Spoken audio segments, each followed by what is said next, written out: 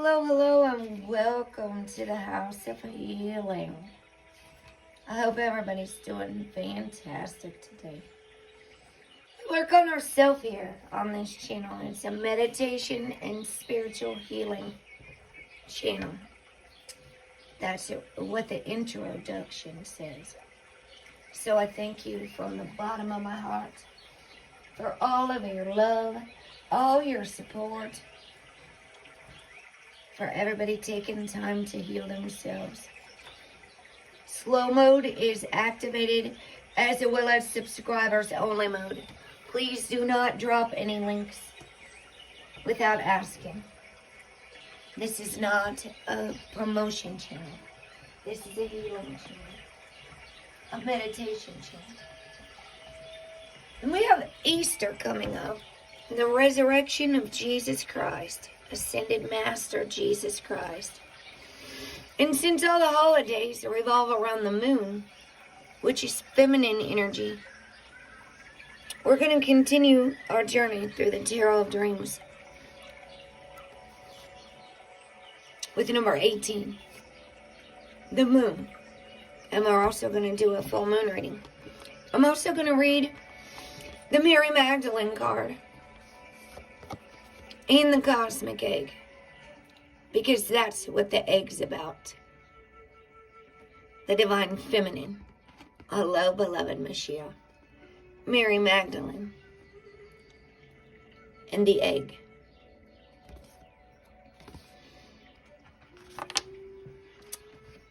And you will find, I'm going to even read this real quick. You're invited by Jesus Christ to the great feast. Everyone was invited. The Gospel of Mary Magdalene is in the Nag Hammadi scriptures, as well as many other Gospels. They were found in a cave in 1942. The Secret Book of John, the Gospel of Thomas, the Gospel of Judas, the Secret Book of James, the Gospel of Philip, the Wisdom of Jesus Christ, which I think I did in 2020 for Resurrection Day. Dialogue of the Savior. You know, hot chicks. Hello. I was looking up the Salomes, and there was two Salomes. There's Mary Salome that was with the Marys, and there was the other Salome that was Herod's daughter, and Herodias is what I think it said. And so, you know, it's funny because the Catholic 7 deadly sins are very much like the 7 powers of the ego, the 7 powers of darkness that are in Mary Magdalene's Gospels. And I read that whole book last December. Mary Magdalene book. I've read this gospel on here a few times already. Whoever has ears to hear should hear, is what it says. Whoever has ears to hear should hear this. There is no such thing as sin, rather you yourselves are what produces sin when you act in accordance with the nature of adultery, which is called sin for this reason. Anything that we do to go against ourselves and others. So, you know, I'm reading about Mother Mary, and it's talking about duality, which is our black and white distorted thinking patterns, polarities. So the human body, think about this, because in cognitive behavioral therapy and trauma classes, they teach a lot about distorted thinking patterns, black and white maladaptive thinking patterns. And so we see things in terms of good and bad, right and wrong, black and white. And if we stop looking at everything in polarities, and we look as like a middle ground, what if we think that everything is not just good or bad? Because Jupiter represents mercy in the tree of life. And Jupiter is a feminine Pisces. mercy versus severity. Do we want war, or do people get forgiveness and mercy? Hello, Taos Games. You guys, my chat's not on the screen. Let me refresh my page. I can only barely see it, and it's white words on here. You are the temple of the Holy Spirit. You yourself, energetically. And if we think in terms of the human brain, that it doesn't matter what body we're in. We all carry masculine or feminine, both energy. And energetically, as energy beings, when we are out of balance with our energies, we will manifest pain on the opposite side of our body. Energetically, there is emotional causes, holding on to pain, unforgiveness, worrying ourselves to death can make us very sick to our stomach. And with the media these days, I just hope people aren't too absorbed with all this stuff. I hope everybody's getting outside, getting fresh air, nature, Mother Nature. The upright triangle is masculine energy, fire and air, the elements of air and fire. The downward triangle is feminine energy. It represents intuition. The masculine energy is analytical, logical thinking, strategy, building, think with builders. And, like making things, cutting boards, analytical things. Feminine energy is more feeling, creativity, holistic thought, compassion. So I say this as in terms of mercy and severity on the tree of life. And we've been taking this journey through the tarot of dreams. The Fool goes this way, then the Magician, then the High Priestess, then the Empress, and the Emperor, and the Lovers. This is 22 paths and 22 letters in the Hebrew alphabet. We're on number 18 right now. We've got the Sun card left after today. Judgment. And the World. And judgment is like when we face ourselves. You too, Tao's Games. You too. Let me get you your wrench back. Because I removed all the wrenches last week. And I know that you said something about you could moderate. Having it on subscribers only mode, you guys, has made a world of difference for all these spam bot trolls. And there's no doubt in my mind, hello, Roach Rebetty, that there's a person behind this. And when you start doing good on your channel, some people get jealous. Some people got angry because I wouldn't let them drop their links anymore. And I almost changed my meditation and healing channel to allow people to just come and drop their links. I found it very distracting. And it did send my people all over the place. I'm serious. So we are back on square one. Kronos. Oh. Is that even Saturn? Because hold on, look at this. Saturn, Mars, and Mercury is going to be on the masculine. Neptune, Jupiter, and Venus are on a feminine. I don't know what that symbol is for a planet. Pluto.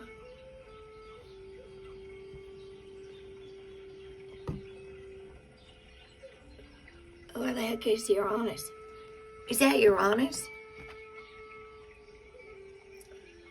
See, and different charts have different symbols on them. I'm not kidding.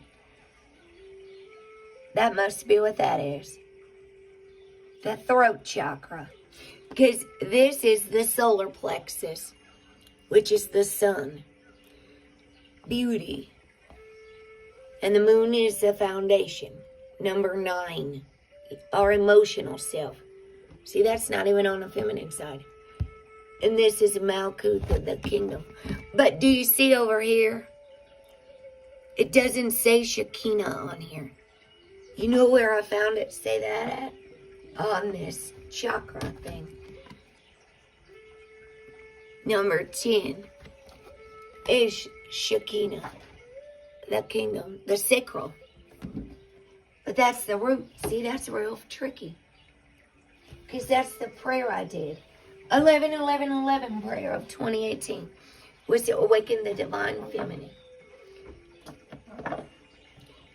Right before this pandemic, right before all of it.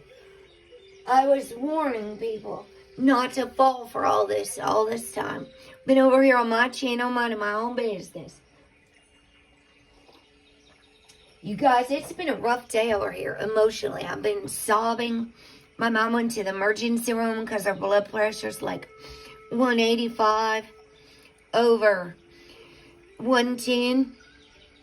And, you know, I usually have low blood pressure, so that seemed like so high. And the doctors acted like, oh, we don't really worry when it's high, unless you got pain or something. And she had taken something for a sinus infection from the doctors. And her blood pressure was like, she wasn't feeling good at work yesterday. So I was like, oh my gosh, what next? You know, like how much more can we take? I'm emotionally exhausted. I took a long nap today. So you're all invited by Jesus Christ to the great feast. Everyone's invited. Matthew 22, 8 through 10 says, he said to his servants, the wedding feast is ready, but those invited were not worthy. Go therefore to the main roads and invite to the wedding feast, as many as you can find. And these servants went out to the roads and gathered all whom they found, both bad and good. So the wedding hall was filled with guests. John 3:15 through 16 says, whoever believes in him may have eternal life. I've been leaving these all over my town for years. Since 2019. I still have some. And 16 says, for God so loved the world that he gave his only son, that whoever believes in him should not perish, but have eternal life. Live forever and ever. Oh, thank you, Michelle. I know you and HUE-MAN have been keeping her in prayer. And Donna Flag. Goodness sakes. Yeah, it's down now. It's like a 130 something over. Who knows? I can't remember all these numbers. There's way too many numbers going on in this world. Numerologists, angel codes, angel numbers, all these numbers and synchronicities. And then you got everybody in the whole world telling you what's true or not. And I want to tell you this. I'm going to tell you to follow your heart and no one else. I'm going to tell you to trust yourself and your ascended masters and spirit guides and have faith. Acts 2:20. I was talking about the book of Acts, both last night and the night before. I read Matthew 28, the Great Commission, from the Bible, and flipped around to a lot of other. I know I don't really look like I'm a little Bible study girl, but I do love Jesus with all my heart. Acts 2:20 and 21 says, the sun shall turn to darkness and the moon to blood. There, before the day of the Lord comes, the great and magnificent day. And it shall come to pass that everyone who calls upon the name of the Lord shall be saved. That's also in Joel 2:20, the same scripture. We have an eclipse coming up April 30th. The next total solar eclipse in the United States of America will be April 8th of 2024. If you look up Matthew 24, it's the second coming of Christ. I'm here to tell you that Jesus is already here. I think I might go shout it from the street corners or something. Jesus is alive. Not Jesus is becoming pint or die. Jesus is here, already inside you. They'll probably lock me away, right? They're going to throw me in the mental institute or in prison like they did Jesus. Because you know that's what happened when you come to tell Jesus' message. They might think you're a little crazy. Romans 10:9 says, if you confess with your mouth that Jesus is Lord and you believe in your heart that God raised him from the dead, you will be saved. And you know what? You save yourself, because then you have the power of the Holy Spirit in you. You are born with the power of the Holy Spirit. Life breathed into you. You have the power to lay hands on the sick and get out of hell by changing your own mind and not thinking that God is off in heaven outside of you. You have the power to heal yourself, save yourself, and be the change in your own life. You are given the power of the Spirit. The same Spirit who spoke through Moses back in the Old Testament and all the other prophets. It's like John, the book of John. In the beginning was the Word, and the Word was with God, and the Word was God. I teach about our words have the power to create or destroy. And what is the message that we are bringing to the world? Fear, worry, chaos, and confusion. Because the Bible says that's the devil's work. The father of lies. And the devil is the father of lies. So who's following the good news? And who is following the bad news? If we're living in fear, we lack faith. You got to have faith, the faith. So the moon card here is about creative gestation. Number 18. Changes, cycles, evolution, and illusion. Your dreams might be amplified right now because Jupiter's in Pisces, Neptune's in Pisces. The sun is going to be shifting into Aries on the 19th. I use 13 sign astrology with 13 constellations and 13 houses, like 13 disciples. Mary Magdalene. Hello, 77. Welcome, welcome.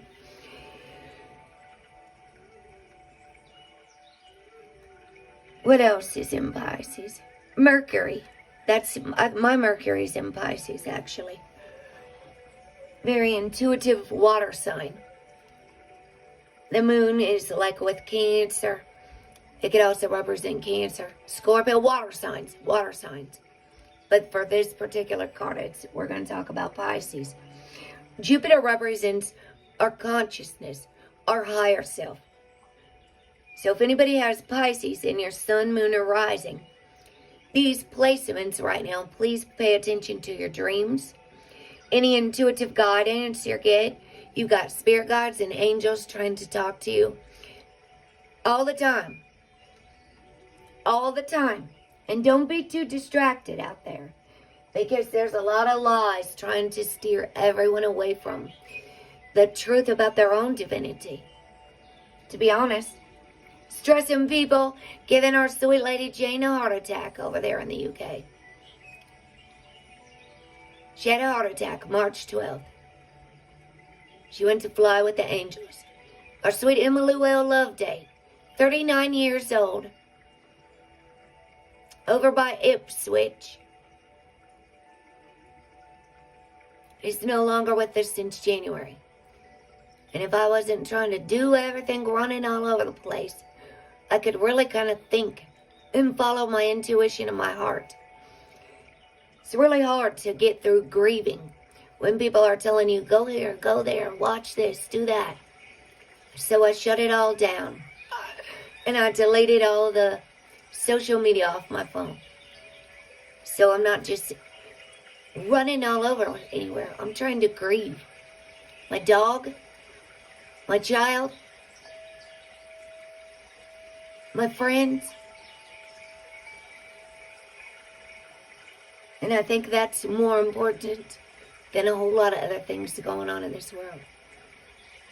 Healing is way important. It's very sacred work. The 17th through 19th cards in the major arcana form an obvious progression. Star, moon, and sun. All astronomical objects, from smallest to largest, and from weakest to brightest, when seen from the earth. This sequence suggests that the Fool is nearing the end of his voyage, and that focus is shifting away from mundane affairs and psychological verities to a more cosmological viewpoint. We are in the biggest psychological warfare humanity has ever seen. And the media wants your mind. So how do you not click the bait and bite the hook and fall under the spells of the newscasters and many, many confused humans telling you what's true? In the moon, as in the previous card, a timeless mood is evoked, but with a very different flavor than that of the star. Toward the beginning of the sequence, in the Empress, a regal female figure displays her infant child, the product of her womb. Now, in the moon, we have been transported into the womb itself. Kind of like being reborn, right? Seeing the world with the eyes of a child. In order to enter the kingdom of heaven, you must become like children again. Or return to innocence, like the Enigma song. A fetus's eye view, so to speak. Before anything can be born, whether a living thing or a concept, it must undergo a period of gestation in a dark place, hidden away from conscious awareness or interference. Kind of like when I crawled into the sweat lodge. It was very dark in there. I had to crawl on my hands and knees into the entrance like I was climbing back into my mother's womb. It reminded me of the baptism. It's almost like you gotta leave the world again and reset your own mind from all the false beliefs running amok. And people trying to tell you what's true and who you are, where to be and what to do. Listen to your own body, because nobody knows your body like you do. And your higher power and your higher self. Nobody knows your history. Nobody knows all your secrets.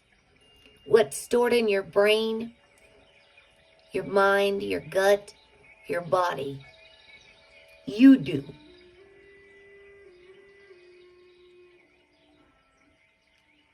Creation, whether physical or conceptual, cannot rely solely on the intellect, but must also draw on subconscious, instinctual energies in order to attain true life.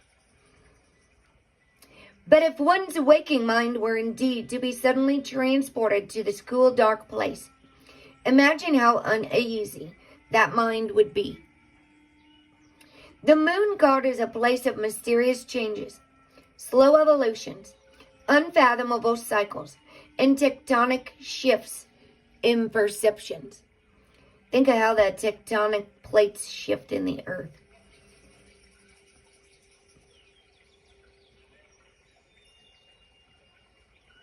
The conscious mind is worse than useless here. In fact, for our waking mind, the moon can be a terrifying place. The home of disquieting dreams and nightmares. Thus, interbreeding, besides suggesting creative gestation, the moon card could also suggest a general feeling of uneasiness and difficulty in distinguishing truth from illusion. So don't be misled. It says the devil is prowling around like a roaring lion, seeking to steal, kill, and destroy. And what if I told you that the devil is a liar and the devil wants your mind and wants to take your power? And we could single-handedly just hand it right over to him by giving them our attention, by giving away our power to politicians and news companies, the media. They want your mind. Did you give it to them? Because I already took my mind and my heart back and said no thank you to all that shenanigans.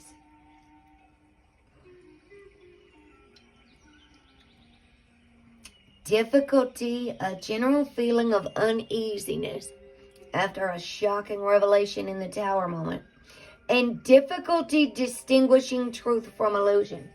So how do we use our discernment? Hi, Stephen's Talk Show. Welcome. Thank you for joining us. How do we use discernment in this world? When the trust in the truth has been broken by the media, and everybody's passing on all this confusing information faster than a virus. They're planting a virus in the minds of human beings with all the fear, confusion, and chaos. On the card, the mountains stream like other bodies of water in the tarot, represent the depths of the subconscious, which is Neptune, in your birth chart, wherever Neptune is. Mine is in Ophiuchus. The stream is active, crashing over rocks, because in this card we're not looking at the smooth, unruffled surface of the subconscious, but instead are plunged into the roiling depths. The dog and wolf stare at us from the card. The wolf's gaze is baleful. The dog's is kindly. These animals symbolize the different ways that we relate to the subconscious.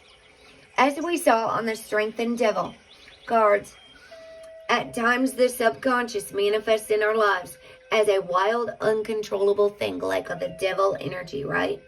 We have to keep that devil energy of ours on a short leash. But at other times, it enters our lives as an energy which can be tamed. The fruits of the Spirit, number 9, is self-control from the Bible. We could say the devil made me do it all day if we want to. You have power over you. You do have willpower. I can't, never could do much of nothing. I can't probably made a lot of excuses.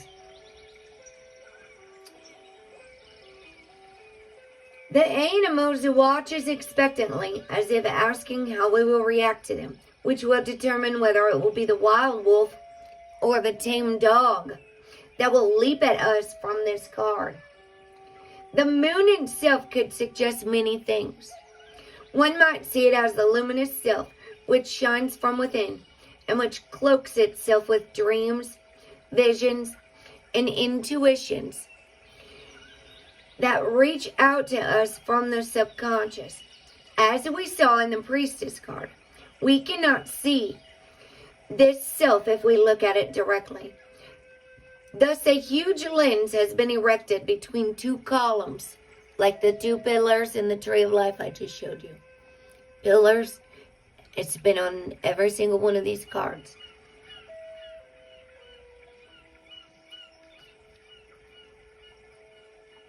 Two columns. The huge lens has been erected between two columns.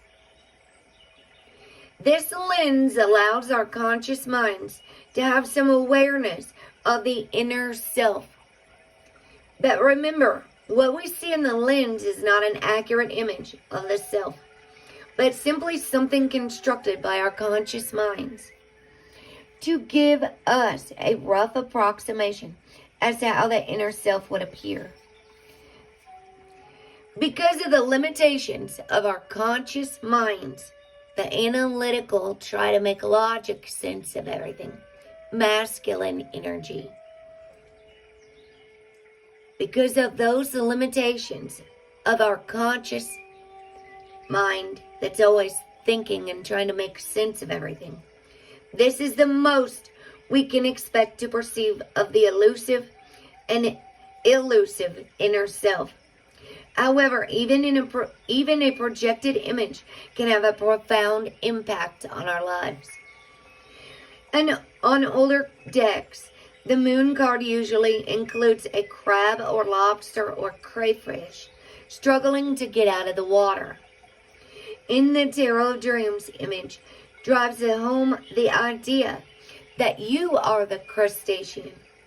After having your pretensions and assumptions ripped away by the Tower and Devil cards, you have become a small, vulnerable, premortal creature that must struggle out of the waters of the collective unconscious and build a new self-identity. Guarding the way the dog, guarding the way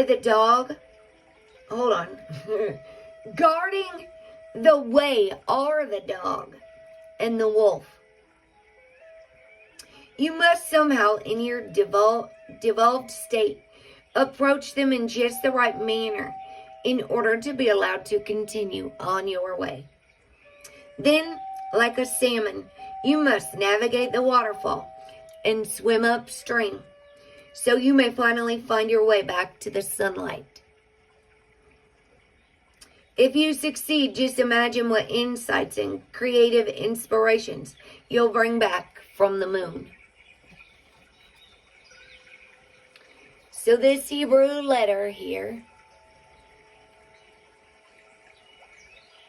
is QOPH. I don't have a clue how to say that in Hebrew. QOPH. Let me see this chart.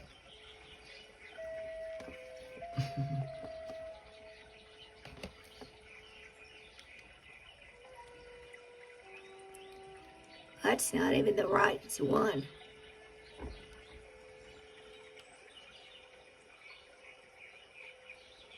See, they changed the symbols. I've seen them differently when I went to copy them from the Hebrew Codex, the Unicodes.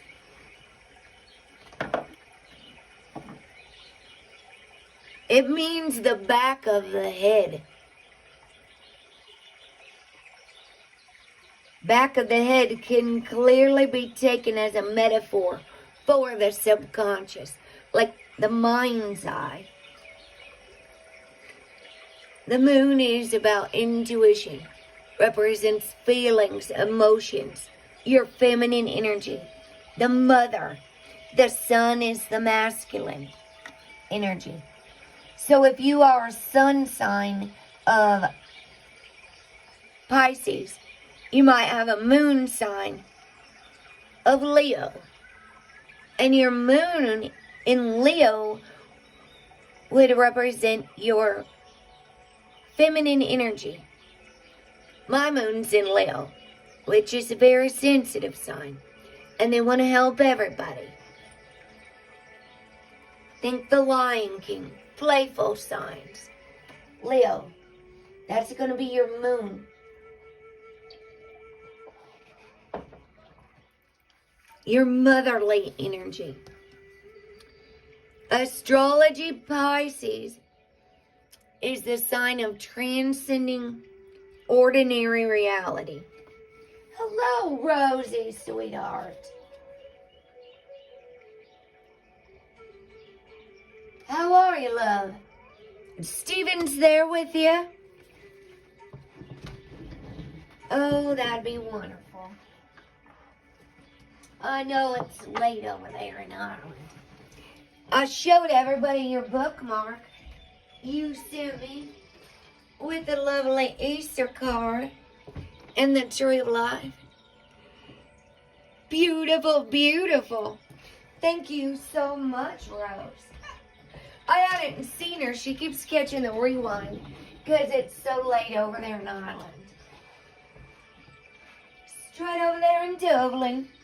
Oh, sweet Rose. And you guys, basketball fan has been putting flowers in her church and stuff, asking them to pray for me and my child since before my child left this world. We love Jesus a whole lot. She said, I remind her of her aunt, the nun. Her aunt, the nun. Oh, you're alone. Okay. Sometimes you just gotta have some alone time. I need a lot of alone time. I found them now that I'm off all alcohol. No psychotropics. Doing as naturally as I can. And the longer I'm sober, the clearer I can see and the more I can feel.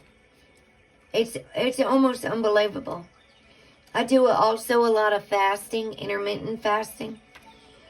I've been eating like 1 time a day, usually before bed because it helps me sleep to put food on my belly. I sleep like a baby.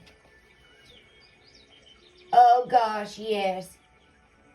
Everybody keep Rosie's. Oh, Joanne, maybe she needs this channel. See, Rosie, we got these emojis. All members. Any members, if somebody asks for prayers, don't forget we got all these emojis. The members do. I don't know if you can see that one that says love yourself very well. If somebody's celebrating something, that one says love yourself. This one has stars on it. See, I'm just learning how all this membership stuff works. All this stuff. It all's happening so fast I had to slow down. And as Rosie would tell me, you mind you, Heather. You mind you. So our moon in Virgo. The moon's in Virgo tonight. Let's get on with the zodiac reading. For we're here all night. Contentment. How content are we is one of my questions. Are we content with what we have? Are we content where we are in our life? My tea bag said earlier, it said, accept where you are, but acknowledge where you want to be in your life. This is the chance to boost health and vitality, leads to satisfaction. Are we doing what's best for our lives, for us to heal us? We are not here to save everyone else. We can guide. We can be messengers. You see, we are not here to save the world. Even Jesus said in the book of John 5, get up, pick up your mat, and walk to your healing waters yourself, when the man said he couldn't. But Master, I can't. Carry me. And do you know why that man hopped up and did it? Because Jesus said him, don't you want to get well? Jesus told him, don't you want to get well? Get up, pick up your mat, and walk to your healing waters yourself. And instantly the man got up. Did he just need told that he could do it? Not that he can't.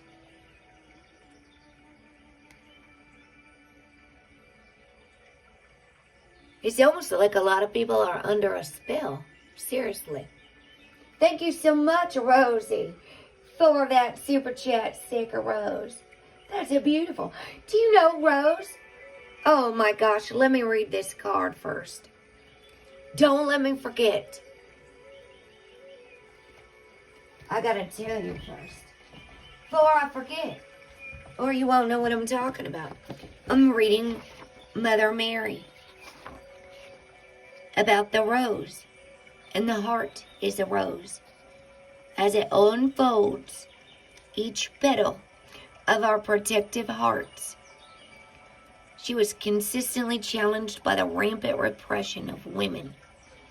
Everywhere I traveled for my ministry, I faced the socially conditioned demands placed upon women to mute our feelings and relinquish our sovereign right to create reality. This is the Mother Mary chapter. And it's the rose. Seriously.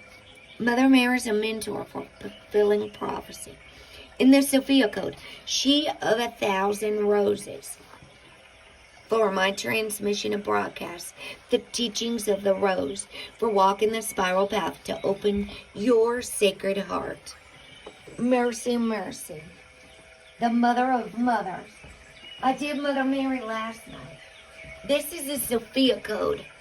Rosie, it's an amazing book. A living transmission from the Sophia Dragon Tribe. It's got Isis, Hathor, the Green Terra. Now I'm on Mother Mary, and Mary Magdalene's the next chapter. So I'm stoked. I sit here and meditate in the morning and read these books. Not on YouTube, because then I can focus. I'm serious. I used to read those whole books.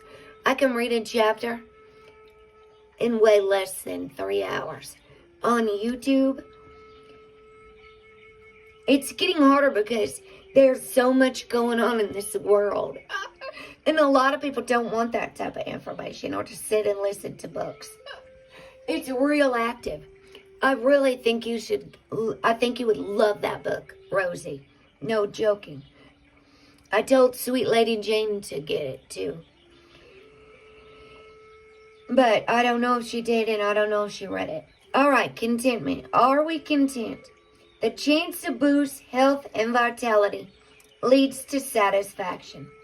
It's time now to indulge your true interests and to integrate these into your daily schedule so you can enjoy your life more. And I put some links over on the community tab for astrology if you want to know what the moon in Virgo means. I put those over on the community tab. That's for you to go look at. I post notes and stuff over there. And quotes and things. You'll feel motivated by daily activities and work that really means something to you on a core level. You may wish to be at the top of your game or feel you must consider where your skills can be applied in a new and challenging terrain. Otherwise, you risk resting on your laurels or, worse still, stagnating. And don't forget, you are primarily water. So don't be stagnant, because stagnant water gets murky. Water gets stagnant and murky when it's not flowing. You are water. You are fire. You are air. You are earth. Virgo's an earth sign. And your daily life will seem a chore rather than a pleasure. If, however, you feel valued in your current work and are excited to continue rising to new challenges in your daily life, continue on this path, as this is where you are best able to be of use and service to those with whom you work. This is like my service work to the world. And this ultimately will bring you the greatest satisfaction and contentment. This is a good time to review health practices and routines. You may feel particularly vivacious, or perhaps the opposite. If it's the latter, this is your chance to boost health and nutrition so you can stay in peak fitness and be productive, both in the workplace and as a valuable member of your community. And the weight of everything going on in this world can stress us out. Take time to do some yoga. Today I was doing warrior's pose and stuff out in the sun, in my tank top, barefooted in the grass. The lunatic is on the grass. And away from my phone. It was inside. I go connected with the earth and listen to the wind and the birds. I sat down in the grass. I laid down in the grass. And I got connected to my heart space, which is out of the mind. Feeling. Earth is a feminine energy. That's why they call it Mother Earth and Mother Nature.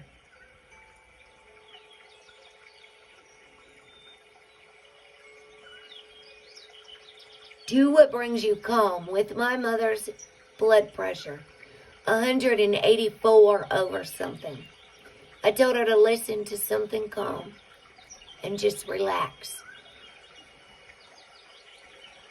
All this stress in this world is wreaking havoc on every human body.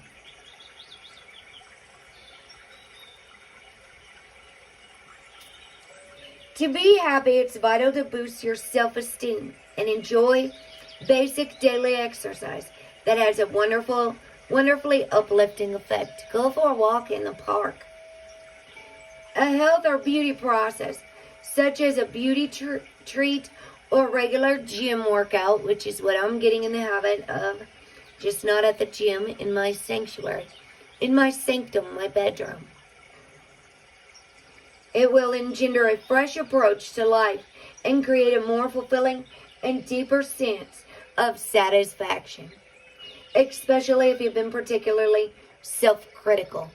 What if you've been being bullied by others and beat down with all their words? Wouldn't that really beat down your self-esteem? So how do you get it back up? If you've been criticized recently or are lacking in self-esteem, remember who God says you are, not what everybody else says. Aim to boost energy levels, and you'll feel revitalized on many more levels than just purely the physical. This, in turn, will improve all areas of your daily life and lead to contentment and being content in this present moment, which is what the Mary Magdalene, or the Mary Mother Mary chapter says.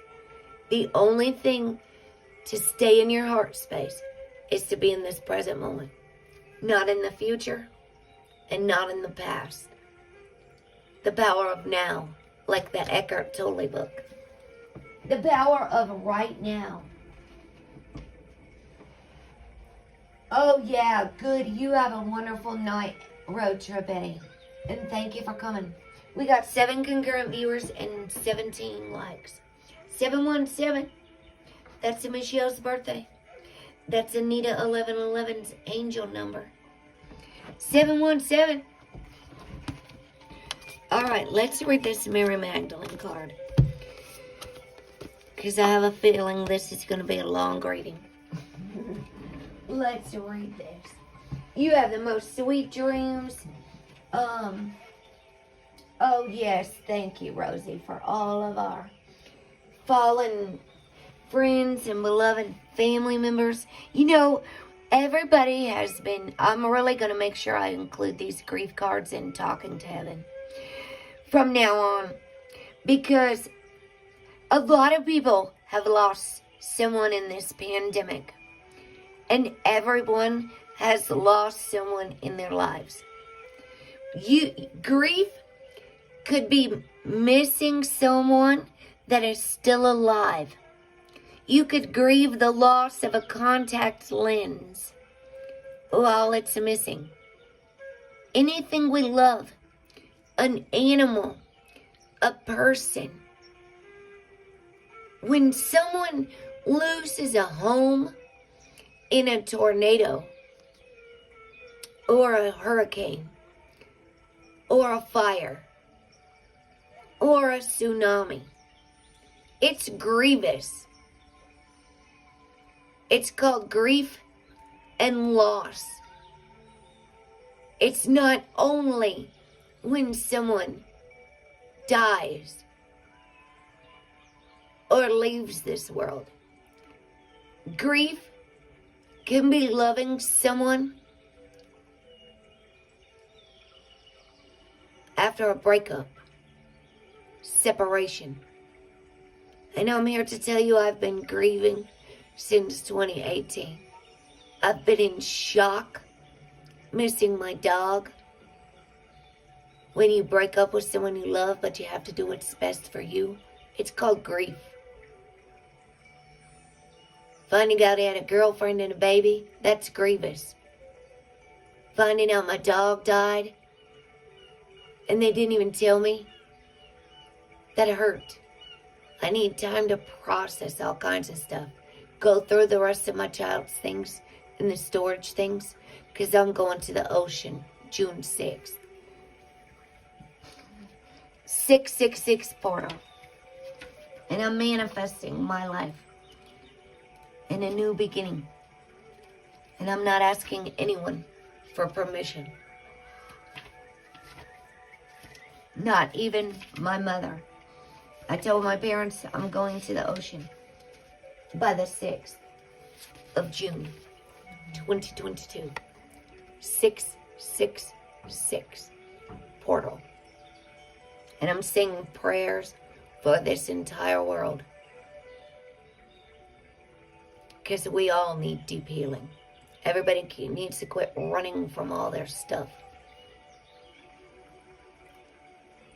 The only way out is through your own heart. It's the truth about you that sets you free. Not the truth about Joe Biden. Not the truth about Donald Trump. Not the truth about the Queen of England. You. It's called the sacrament of confession. The throat chakra. That sets you free.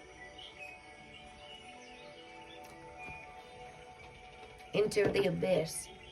And the throat is about open, clear, communicating feelings, thoughts, creativity, speaking up, releasing, breathing, life force, and healing. And what's been going on in this world? Respiratory, sinus, colds, allergies. When we don't speak the truth or have open, clear, honest communication.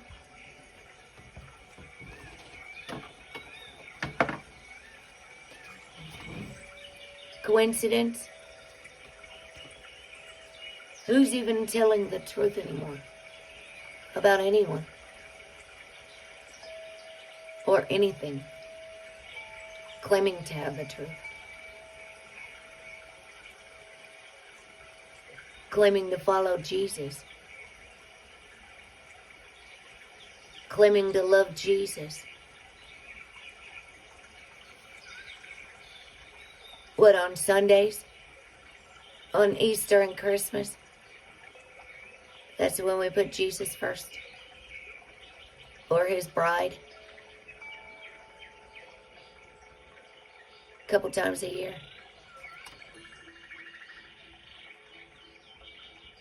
She is the apostle to the apostles. The feminine Christ. I am the bridge between heaven and earth. I am fully human and fully divine. Mary Magdalene embodies the capacity we all have to merge with the soul and receive divine guidance through a love that never ends. Mary was born in the 1st century in Magdala, Israel.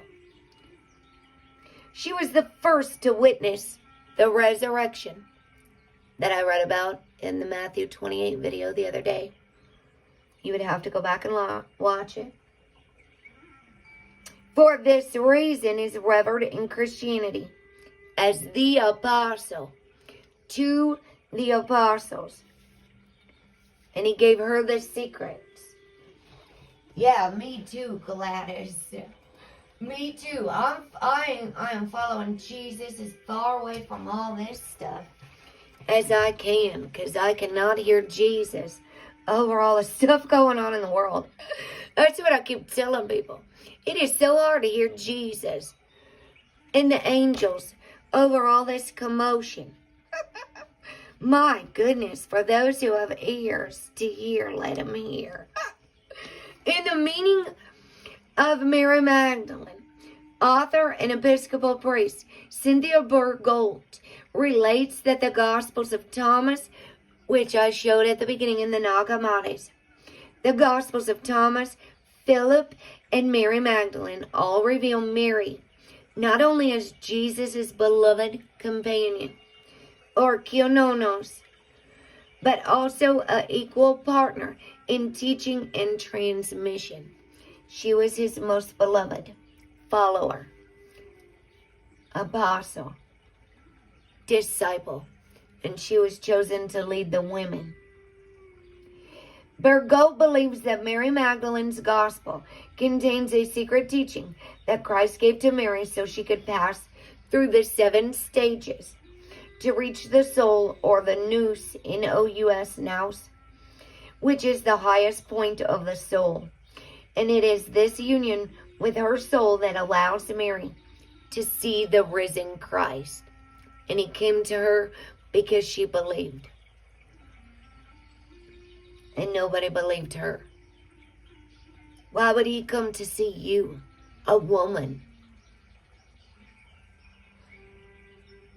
In classic iconography, Mary Magdalene is associated with an egg and the color red because of an Eastern Orthodox legend. And my birthday is on the Eastern Orthodox Easter. This year, 424.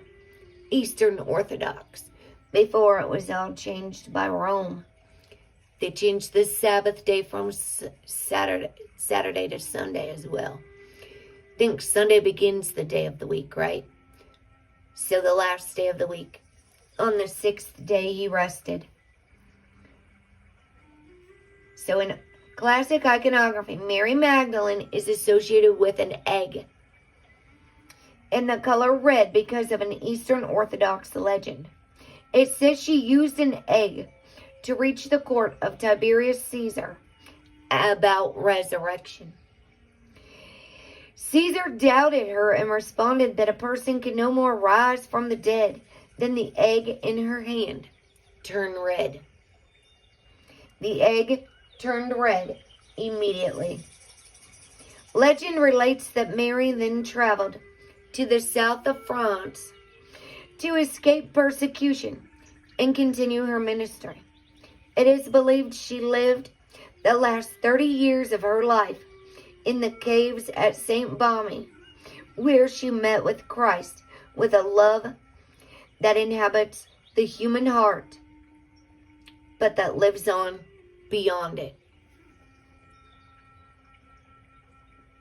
When your soul selects this card, Mary Magdalene represents the fierce, unwavering love that we all have access to within our own vulnerable hearts that has hatred for no one. We might not like what people do, behaviors, or choices that people make. But our job is to love the person and guide them and correct them not shame them to death with our words and judgments, throwing stones with words. There's a difference between guiding, speaking gentle from the Holy Spirit, and going around judging others. Correction.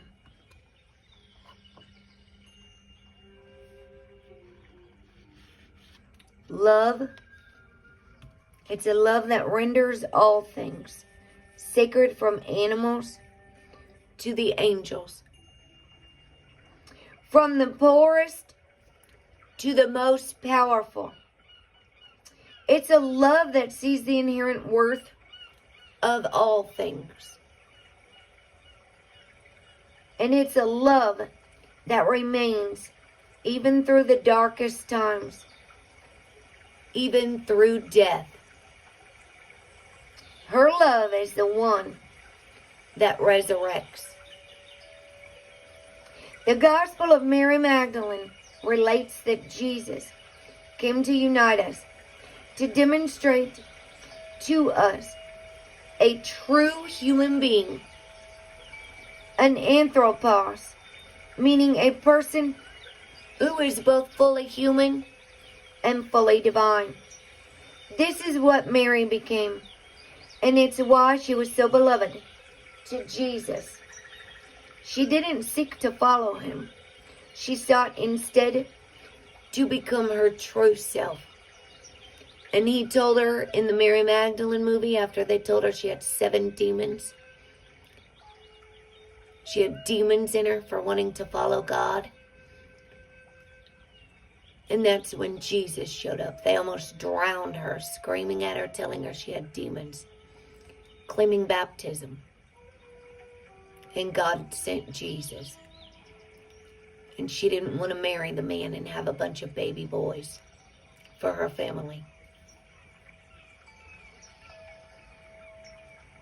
She wanted to be her true self, and she wanted to follow God. She later left her family to follow Jesus. She was the only female brave enough to walk away from all their rules.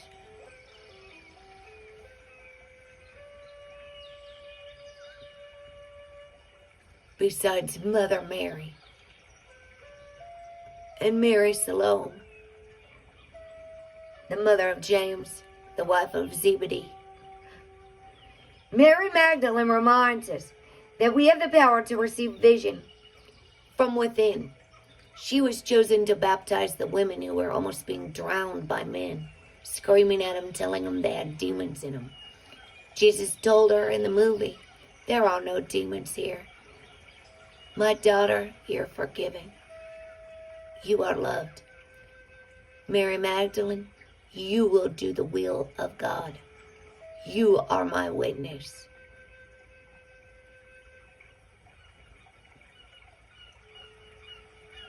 Mary Magdalene reminds us that we have the power to receive vision from within. We are worthy of such proximity to the divine because that's the other half of what it means to be truly human. That's a good song by Sia. To be human is to love, even when it gets too much. She reminds us that there's a bridge between heaven and earth, and that we are that bridge. And she wants us to remember that the truest church we can ever enter is in the heart. This is where our true power rests and where love never ends. The soul voice meditation says, "Where has my love not yet reached?" The intention says, "I am the bridge between heaven and earth. I am fully human and fully divine." So the full moon is about releasing thoughts, habits, beliefs, ways, things. You could be spring cleaning and going through your closets, cleaning your house, whatever. Downsizing, releasing, full moon. So what could be going on in this world these days that we might need to shed? Like to peel back the rose petal of our heart and turn.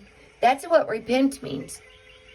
A turning away, a changing of the heart, leaving the world and its ways, like Romans says. The book of Romans. Do not be conformed to this world or its ways, but be transformed by the renewing of your mind. Oh, all right, Michelle. Yes, Rosie, they sent me a note, an email.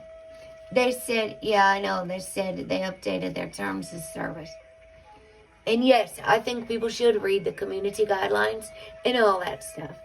Some people have never even read the YouTube rules. They don't understand why comments get deleted if they use 75 emojis. That's why your comment vanishes, because you're supposed to use 3. Have you ever read the YouTube community guidelines? Every time you go into a chat room, it says, be sure to abide by our community guidelines. So anybody that's in a chat room or leaving comments, I hope you've read all the YouTube rules. I know most people just click OK. They don't read. They just go around and do whatever they want and then don't understand what's going on. Some people are running channels and have no idea what they're doing. They have never read any of this. They give everybody under the sun a wrench. There are people leading people into real dark places. And I've got children on my channel. That's why we don't allow link dropping here anymore. It's a meditation channel. We don't need all this going all over the place activity. I've got children that love these oracles. So I'm very, very wise about the things and the information I put forth as well. The cosmic egg. You know, because I asked my friends, hello, Lee Greens, how are you? I asked my friends in the Philippines if they ever heard of the Easter Bunny, Call Wonder, and her children. And they said, a bunny? What is the Easter Bunny? Because, do you guys have an Easter Bunny over there in Ireland, Rosie? The Easter Bunny tale? The Easter Bunny myth? They give children baskets full of sugar and candy and toys and say the Easter Bunny brought it. And they hide eggs at churches. They don't know nothing about Mary Magdalene's egg at all. She just got a day not that long ago, July 22nd. Once you have a wrench and you're a moderator, you can use as many emojis as you want. I know. I didn't either. My comments kept vanishing. Now that I'm monetized and I'm reading over all the rules for how people are supposed to behave in chat rooms and things, it's clear to me that nobody's read those rules. Very few people have ever read those rules. Very few people know what that wrench is for. It is to help the owner and creator of the channel keep it a safe community while they're live. It does not say anything about dropping links for promotion channels or purposes. People are disobeying all the rules. And then they get mad when I won't give them a wrench. They get their feelings hurt. You can have it back if you want, E-Greens. I took everyone's. Anybody that wants to help moderate can have it back. If you know what it's for. Seriously. This is all part of a teaching thing. Because I got so deceived. And so did a whole bunch of my people. Sending us all over the place. It was a very confusing time. Especially while I'm trying to grieve. Good Lord, have mercy. Use your discernment at all times. If you want it back, you can surely have it back. Oh, you have an Easter possum. Just tell me and I'll give it to you right now. Hold on, 2:14. I forgot what I was doing, you guys. See, my brain, when there's all this stuff going on in the world, I can't even think. I've been getting severe headaches. I have an appointment with the neurologist because of so much memory loss, so much stress. My heart, jackhammering in my chest, the nervous system, the heart, and the brain, and trauma, and triggers, and stress is all connected in my body. I'm getting like flashbacks. People don't understand brain trauma and everything it takes to have peace while you're healing. Traumatic grief and loss. So you know it's like, here, I'm going to give you your wrench back. That's why I have it on slow mode and subscribers only mode. Because if people don't like the content, they won't subscribe and they won't stick around.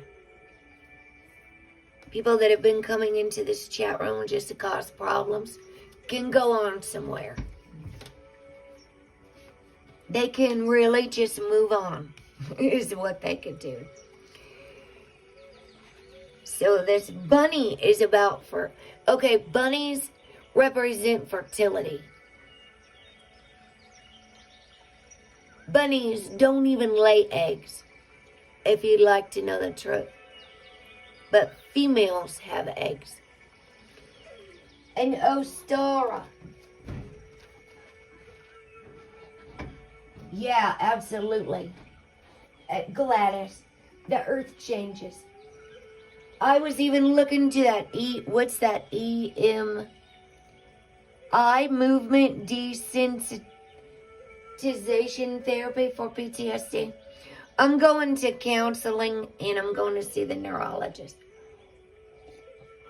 I start counseling April 27th and I've got another appointment on 4/20 for 2 different kinds and 2 different places. Grief and I'm going to get professional advice too. Oh, thank you. Yeah. Oh, gotcha. I know the wrench isn't required. I just didn't want your feelings to be hurt. It wasn't anything you did. I went through and took everyone's and start over. Start over here. So the cosmic egg is the divine feminine. I hold the universe within me. I am the force of an ever-expanding love. Who she is. The cosmic egg is the core symbol of the divine feminine's creative force. It is a spiritual motif found in the creation myths of countless cultures and civilizations. It represents a birth, a new beginning, or an expansion of life. In the Rig Veda, one of the oldest texts in any Indo-European language, the cosmos is described as a golden egg-shaped womb. The entire universe is said to have emerged from it. In Greek mythology, the Orphic egg hatched the premortal hermaphroditic deity, who then created all the gods and goddesses. It is depicted as an egg with a serpent wrapped 3 times around it. In Egyptian, Chinese, and Polynesian mythologies, among many others, creation begins with an egg. And in the Christian tradition, Mary Magdalene used the egg to describe how life begins again after death. In modern cosmology, it is believed that 13 billion years ago, the entire mass of the universe was compressed into gravitational singularity, the so-called cosmic egg. And from that singularity, the universe has expanded ever since to its current state and continues in this moment to expand even further. When your soul selects this card, nothing needs to happen. Everything is exactly as it should be. You hold the universe inside of you. All life emerges from within. If you try to exert pressure for something to exist before it's ready, that new life within you won't have the time it needs to fully form. The cosmic egg is the essence of the divine feminine. It is the ultimate symbol of the creative force that exists within each one of us. It's the dark, loving womb that holds and protects all creative life expressions. All creative expressions of life. If we don't allow what's within us to emerge in divine timing, in Kairos, Kairos, or soul time, I think that's Greek, Kairos, like I said, Kenonos on Mary Magdalene's. That's Greek. Then, if we don't allow what's within us to emerge in divine timing, or Kairos, or soul time, then what's within us will transform us. The egg is the trust that what's ours can never be taken from us. And what God's got for you, God's going to make sure you get. But are you following the right path? Or are you following the ego?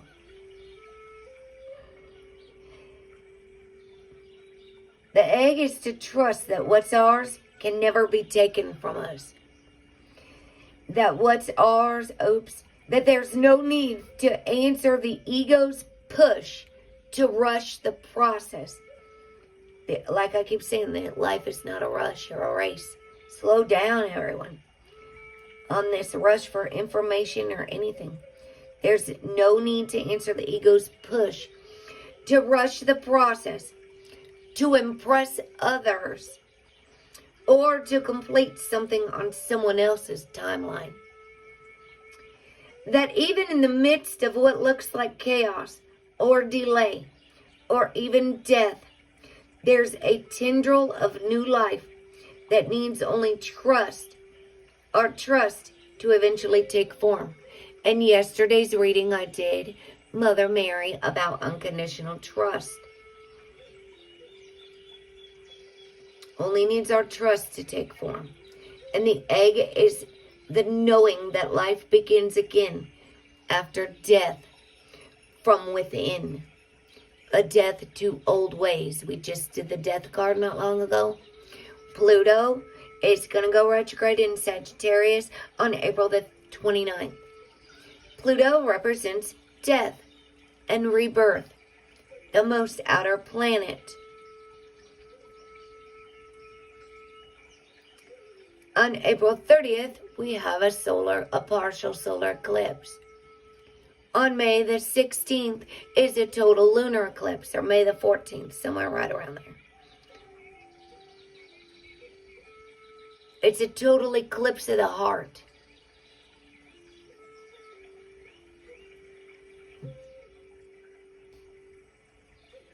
The soul voice in meditation says, where am I ready to expand? I hold the universe within me is the intention. I hold the universe within me. I am the force of an ever-expanding love. A love like Christ. For the broken. For the abused. And keep in mind that even the abusers in this world have been abused. And they're repeating what they know and what was done to them. Every broken being has two choices in life. They can choose a path to repeat, or they can choose to break that cycle and never do it again. The choice is always everyone's.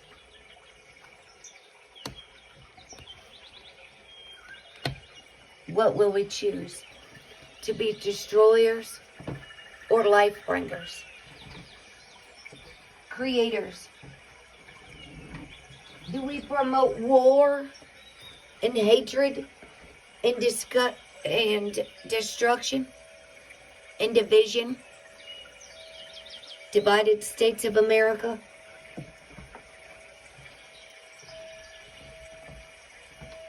Politicians, red, blue.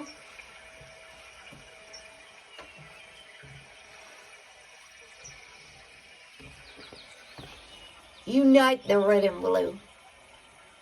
Then you'll get the shield of David and the star of David. Your masculine and your feminine will be balanced. Open the heart. We are not defiled by what goes into the mouth, but what comes out of it. That's what the Bible says. But you really are what you eat as well. You are what you, and what people put into their own mouths, and their own ears, and their own eyes.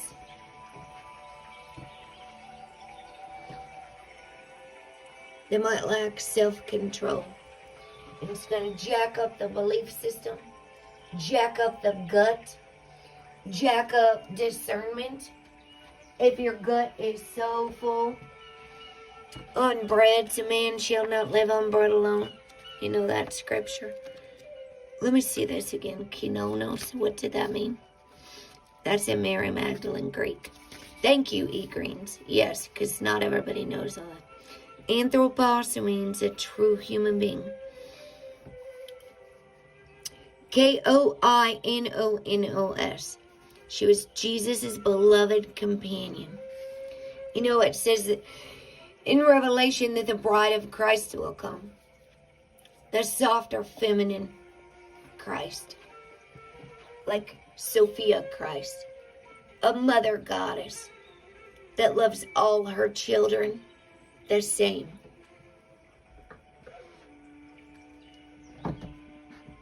Equally. No matter how good or bad everybody else thinks they are.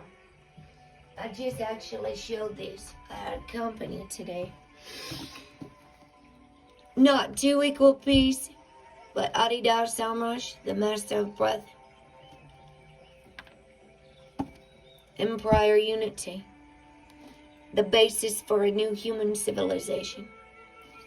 Not two, not divided, not separated, not red, not blue.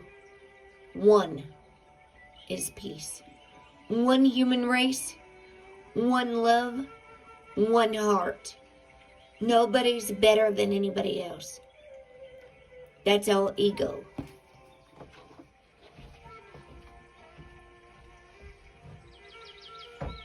If one creator in the Bible says God is love, then who gave God all these other characteristics? And whose right is it to go around judging everybody else? Who died and made all these judges? I'm going to take these off the top. Unto you is given to know the mystery of the kingdom of God. Mark 4:11. What's the information? That's the information line here in America. You call 411 if you need to find out someone's phone number. Or you just go to white pages on Google these days. John 14:12 says, He that believeth on me, the works that I do, shall he do also. And greater works than these shall he do, because I go unto my Father. John 14:12. Jesus said, anybody that believes will do the works that I do. You will lay hands on the sick. You will cast out demons. You will perform miracles.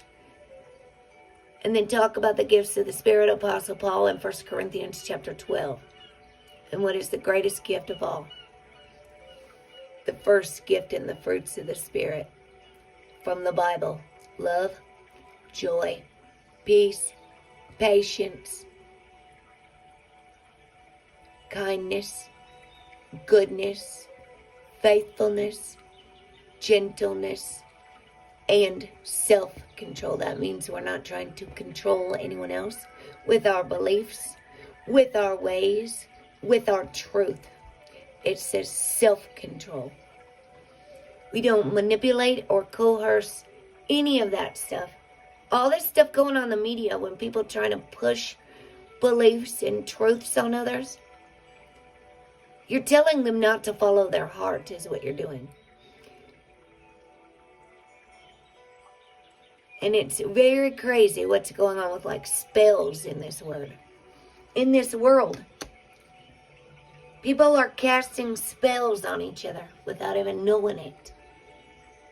What things soever you desire, when you pray, believe you will receive them and you shall have them. Mark 11:24. If it's in alignment with your highest good.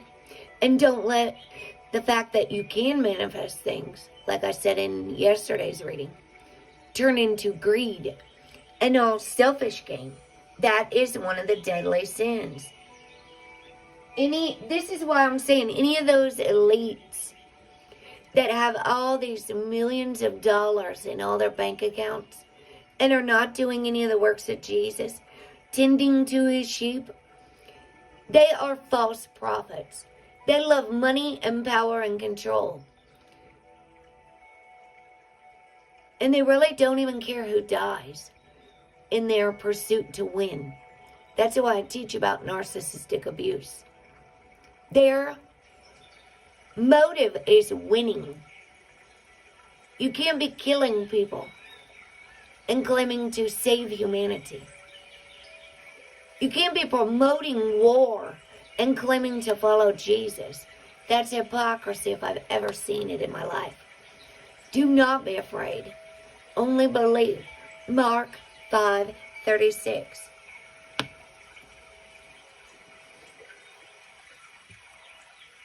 Jesus said, well done, my good and faithful servant. And who did Jesus serve in Matthew 25:21? When you were hungry, I fed you. When you needed some clothes, I gave you some, right? And when you were in prison, I visited you. What would Jesus do? What did Jesus do is the question. What did Jesus do?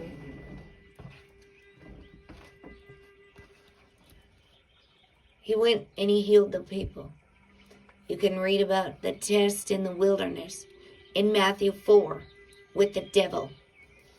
Jesus went away from everyone else. And he was tempted. And he told the devil no every time.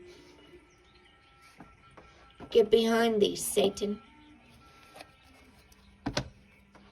So don't be deceived. Because the devil is the father of lies. The lower self. We just read the devil card the other day if you missed it. As a matter of fact, let me get it out real quick.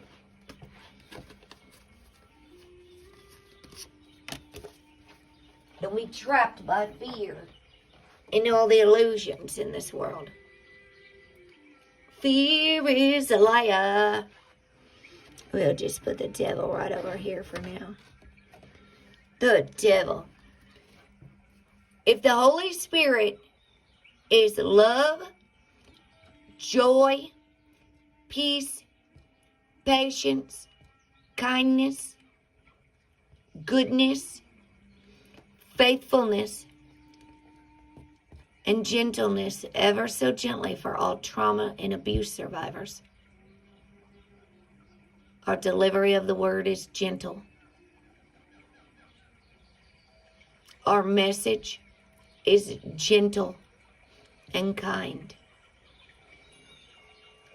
And we're bringing good news, like the Great Commission said, right? The gospel of peace, the Prince of Peace. And the last, but certainly not least, if the Holy Spirit inspired speaking,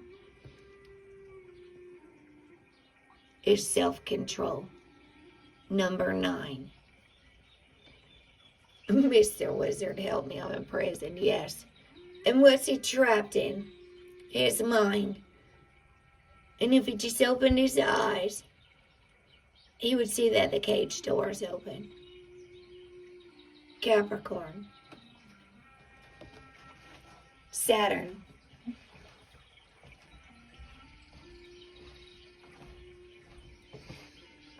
So let's get one of these Coin of the Moon cards here. Don't be tricked by the tricky devil media. Or anybody that's following it all. Because death doesn't exist. That's what the Gospel of Mary Magdalene's about. That's what Jesus showed himself to her. The gifts really are real. But you have to believe to receive. You don't even need those stones. Jesus didn't say, hey, let me go grab my gold stone. Is that what that's called? Sunstone. Who knows? Let me go get my fool's gold before I can lay the hands on the sick. Don't get fooled by all these earthly attachments that actually are not your power. If your power comes from the inside of the Holy Spirit. Trust and believe Jesus did not carry crystals in his robe. Or a cell phone. He said, here, let me go check Google real quick. I gotta go listen to YouTube real quick. He probably really would have got tricked by the devil. Boy, it would have been a lot harder. He had to set some healthy boundaries, don't you think? So he could focus. He said, here, let me run and vote for Donald Trump. Egg Moon. Trust. I don't know what order these came out, to be honest. Use your discernment. Don't be deceived and have your head in the clouds or the media. Do you follow Jesus or the media? Jesus said, do not judge. Jesus said, take the narrow way. Meaning pick the wide path. Number 22, wisdom.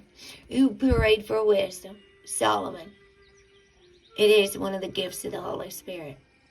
Knowledge, wisdom, faith, performing miracles, healers, the gift of prophecy, the gift of speaking in tongues.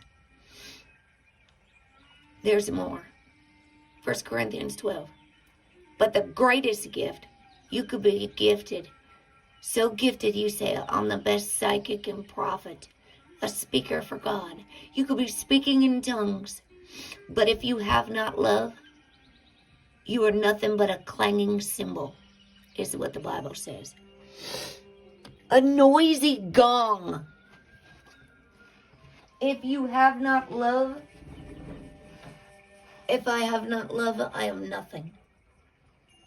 And love is eternal. Love never dies. Everything else shall pass away, but not love. Oh, look what's on bottom. Number 6. Self-love.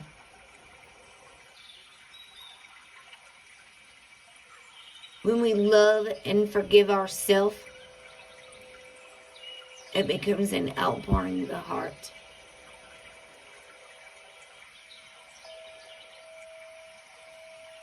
And what if I told you we're all mirrors, mirroring each other?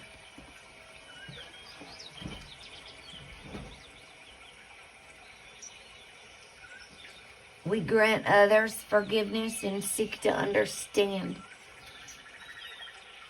from an open heart. You are right. Jesus is the way. Jesus all the way. I did not follow Donald. I didn't follow Joe. I simply observed all this going on, and I stood firm and said, I'm not following any of this. I could see it. I was aware of it. I observed much of what many people told me. I stood firm and set boundaries. I trusted. I used discernment. And I followed my higher calling in Jesus.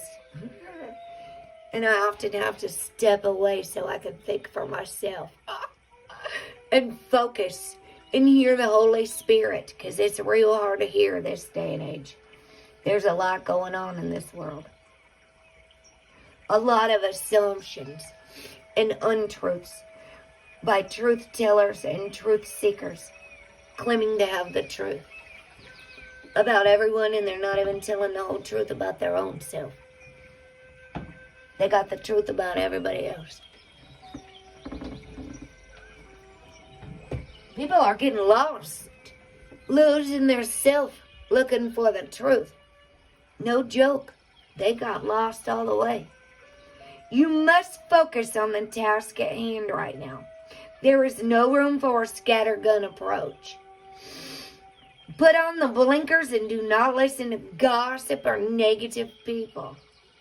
If you make a mistake, it is your mistake to make. Do not waste your focus. You are responsible for your life and your healing process. No one else. Do not split your attention in too many places. The mantra for this card, if you'd like to repeat after me, is I have laser-like focus that serves me well. Jesus said, do not get deceived many, many times. What we place our focused attention on matters. Kind of like the little moon card that came out last night. What's important in our lives? What's really, truly important?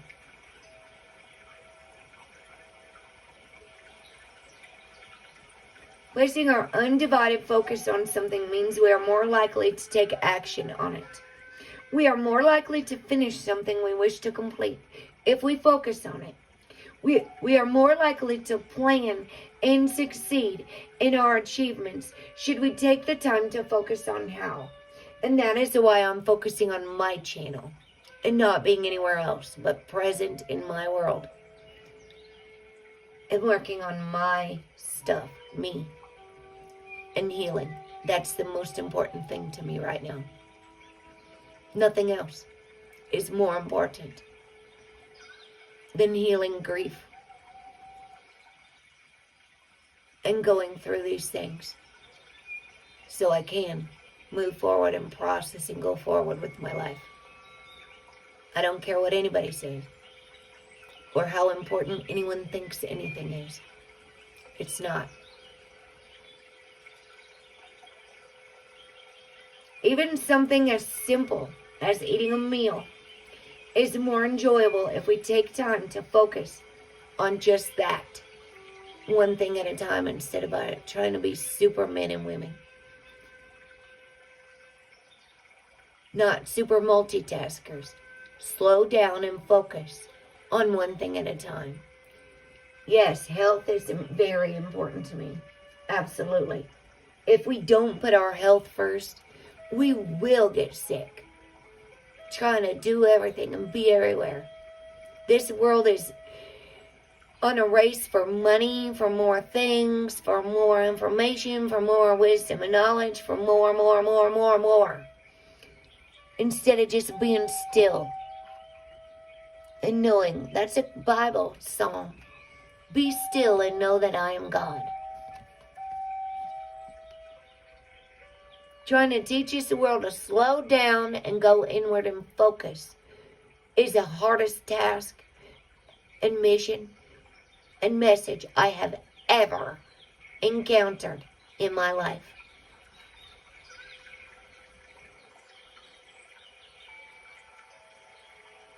If we take the time to focus on just something as simple as eating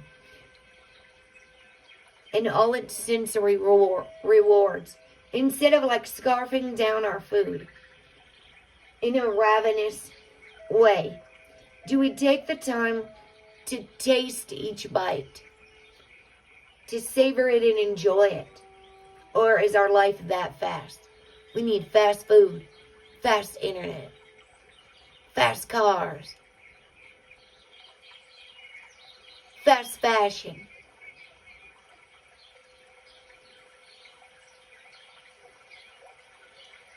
A life in the fast lane, a show that'll make you lose your mind. So how do you get it back if you gave your mind away? How do you get your life back and your power? What hinders focus with all the distractions out there? Diversion. And it is often diversions we set for ourselves or that we allow. And there's no one else to blame but yourself if you allow it. Anybody to lead you astray. Away from God. Away from your higher calling. When we are afraid of our own growth or greatness, we may procrastinate. Sorry, my sinuses are jacking up because it's getting springy. We may place drama in our own way and seek it, drama and gossip and drama. We may even focus on everyone except for ourselves. That, my friends, might be called codependency.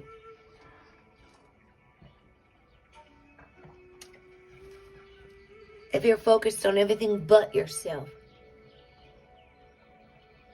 or controlling someone else beside yourself,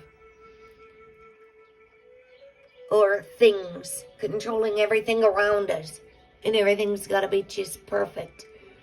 That's a lack of self-control. If you could try to control anyone or anything outside of yourself, we may even focus on everyone except ourselves and never have time to do the things we set for ourselves. Taking time to do yoga at the end of the day and the beginning of the day. They have wake up yoga and stretching before bed. Stretch out your muscles. Take time for yourself. Our heart's desires, therefore, never come to us. We might allow the opinions of others to get in the way, letting the criticisms and values of others affect us. This is useless. We need to forget about the gossip or opinions of others, about what our society says.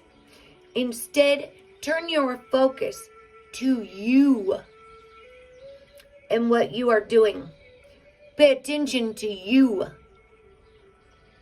You.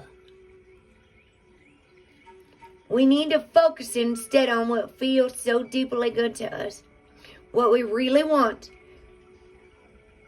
and what we want to place our laser-like focus upon. And soon, it will be ours. What you focus on, you create. The companion stone or metal is carnelian.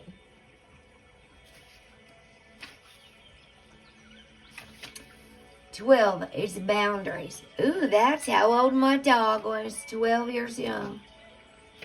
I thought she was 13 because I thought she left this world in 2022. But she didn't make it to 13 years old. She was 12 because she left this world September the 14th. And nobody even told me. Her birthday was December the 9th. She's a life path 22. Wisdom. My child was 22 years young. Yes, be still and know that I am God. That's in a psalm, though. I don't know if it's a psalm of David. I can't remember which psalm it is right this second. It might come to me later. Might be 43 or something. Who knows? Psalm 141 and 3. is put a guard over my mouth and seal the door to my lips. You know, because we can't take back stuff after we say it. The only thing we can do is try to correct it, fix it, take accountability for it, apologize. You see what I'm saying? If we go and hurt people with our words in an angry lash out or something, the only thing we can do. And the thing is, with this gaslighting and narcissistic abuse and flying monkeys and projection, all going on with these politicians, the way they're approaching it is saying, yeah, well, you did this, and you did this, and they did this, and blah, blah, blah, back and forth. All this drama. When they do that to each other, when someone exposes someone, the natural reaction is for the person to deny it and lie and get defensive in adrenaline mode. And so the longer they go back and forth, they all need in jail. They're abusing all their power and control. They have got the humans caught up in a Jerry Damn Springer show on the television of drama between Nancy Pelosi, Hillary Clinton, the whole freaking thing. They are all mentally ill narcissists. They have all been abused and abused power and things for so long. And they use all their words, their funny little words. And all they're doing is sitting there blaming the other party. Seriously. Seriously. Yeah, 46 and 10. You got it right there, 7-7. Psalm 46 and 10. Yep. Thank you. So boundaries. When your country and the whole world's at war with itself. Judging what you need and what you don't need. So now's a good time to weigh. What do we need in our lives? And what do we not need? And what do we need to let go of? Judging what you need and don't need allows you to place healthy boundaries. You teach people how to treat you. Judge what is healthy and right for you with clarity and care. Simplify.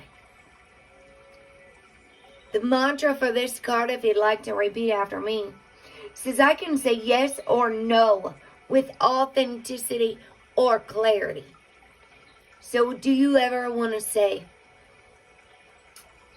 no to something, but somebody's really trying to pressure you into it? Do you know how to say no, or do you just give in? Do you know how to say no, thank you? I can't take this on right now. My plate's full. Or do you just say, okay, I'll go do it for you? And you go do everything for everyone. Running all over the place. And you don't even have time for yourself. Or to do the things you want to do. In times of sickness, or say, the presence of very strong emotions, such as grief, we often naturally simplify. We cut out all the extras that are too hard or too complex at this time. We may not take up an invitation to an event. We might have to work at attending. We might only watch a film we know uplifts us. We might only want to see or communicate with friends we know and trust to understand, love, and support us. Warts and all. Unconditionally.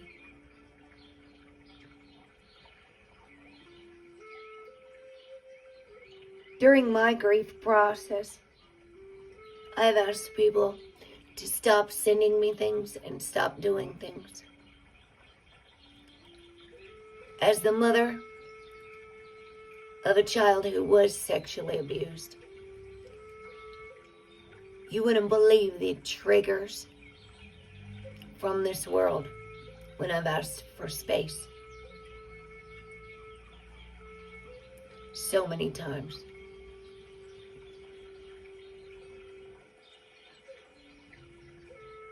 I might only want to communicate with friends I know to trust,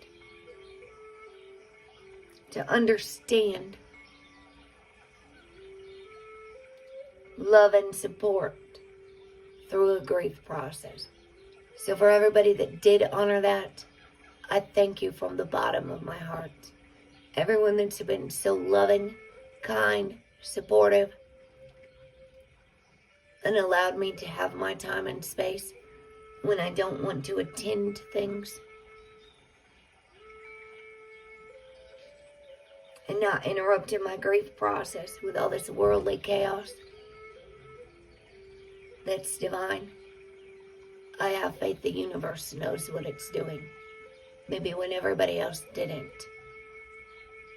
And I'm trying my best to follow my heart to healing, which is pumping blood backwards in my chest. I don't really need all this extra stress in my mitral, and tricuspid valve. But I know everybody can't see my heart or my brain trauma. But they can have compassion. They could seek to understand. And then they might want to know what it's like. I pray no one ever has to go through this during a pandemic. Setting boundaries and saying no is hard.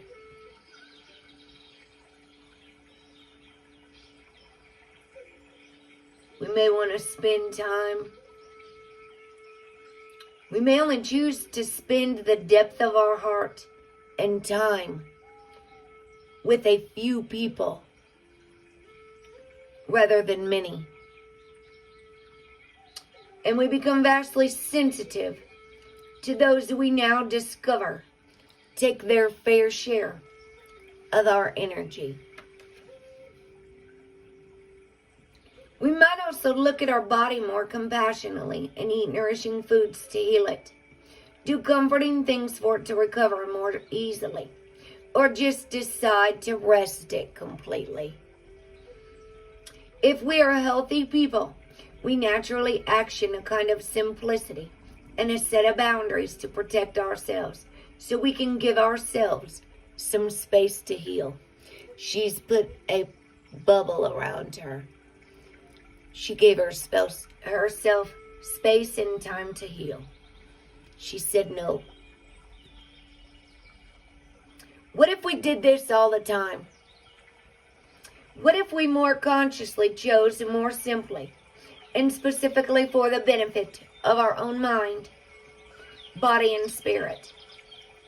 Yes, life is complex, but it can be richer and more enjoyable if we pare back what is negatively extra and choose a more deliberate and authentic path. We don't need so much fluff and people pleasing and running about madly and fast food and fast fashion and gossip and hardcore Olympic level scheduling and stress. We just don't. Look at what you chose to do last time you were forced to simplify. If it was a positive choice, maybe that could be your starting point for something better today. This judgment you made was for you, and it worked. Not all judgment is bad or to be avoided. Every single one of us judges every day. We judge what brand of washing powder to buy among many. We judge what TV show is good and what isn't. We vote, which is a judgment on trust. We have a legal system with a judge. We judge what we will accept and what we will not. If we don't, we do not have values, nor do we have boundaries. huge issues for some people. To simply focus on your own experiences and not look outside of yourself for justice may all be very nice for gurus. But for those of us who want to be the change they wish to see, I judge happily that certain things are unacceptable. Like any type of abuse is one of mine. Emotional, verbal, psychological. Anybody that takes pleasure in hurting others, hating others. Abnormal human behaviors and personality disorders from so much abuse and trauma. The only way to heal it is to heal it. Not blame anyone. And when you take responsibility for your own life, you make a decision. And forgiveness is a path in that, a part of that path.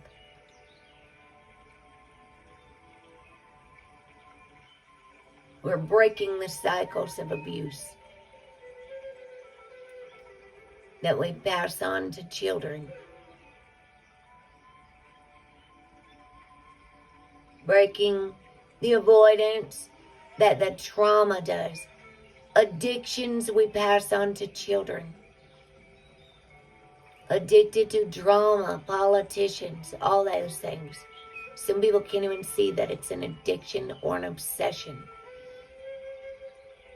They're so consumed by it. They might sit around watching it in front of children. Heaven forbid. This political disaster all over the whole world.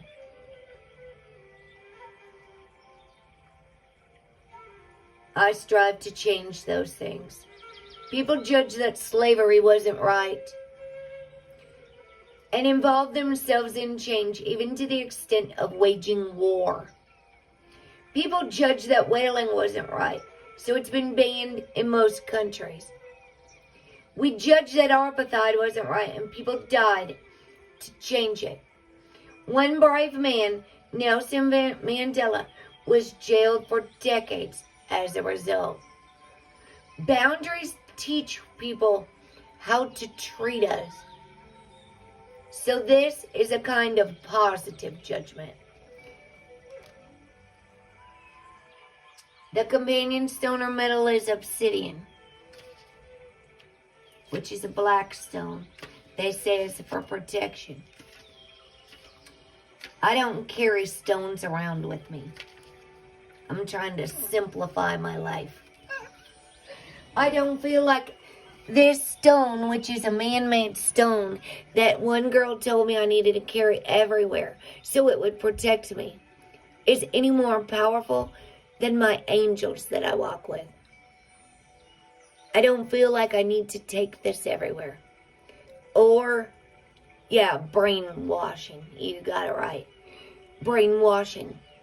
I don't feel like I need to carry organite or black shungite to protect me from EMF rays either. But everybody would love to tell me, not everybody. Some people said I really need to go buy some and carry some EMF protection stones. I put my faith in Jesus and angels, and I don't believe in death.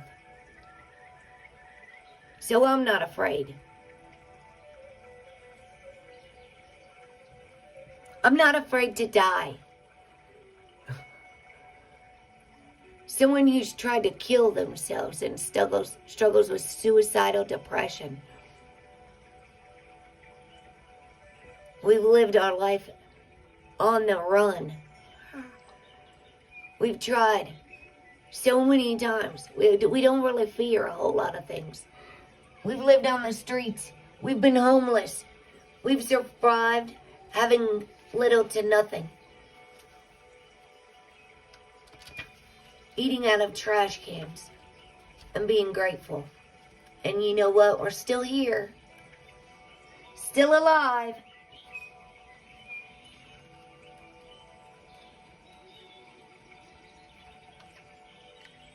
So what everybody else thinks we need to survive in this world is all illusions, I think. Not me. I don't think I'll spend any more money on those rocks. These ones I got for $1 at the Dollar Tree. $1 I got some courage. They are a grounding tool. And this is, I got some peace for $1. Yes, and these are attachments. I'm not saying that energy work, I'm just saying that massage work doesn't require crystals. It requires hands. It requires a loving touch. I just went to a Reiki healer. She didn't use any crystals. She used music. She used oil. She used her hands.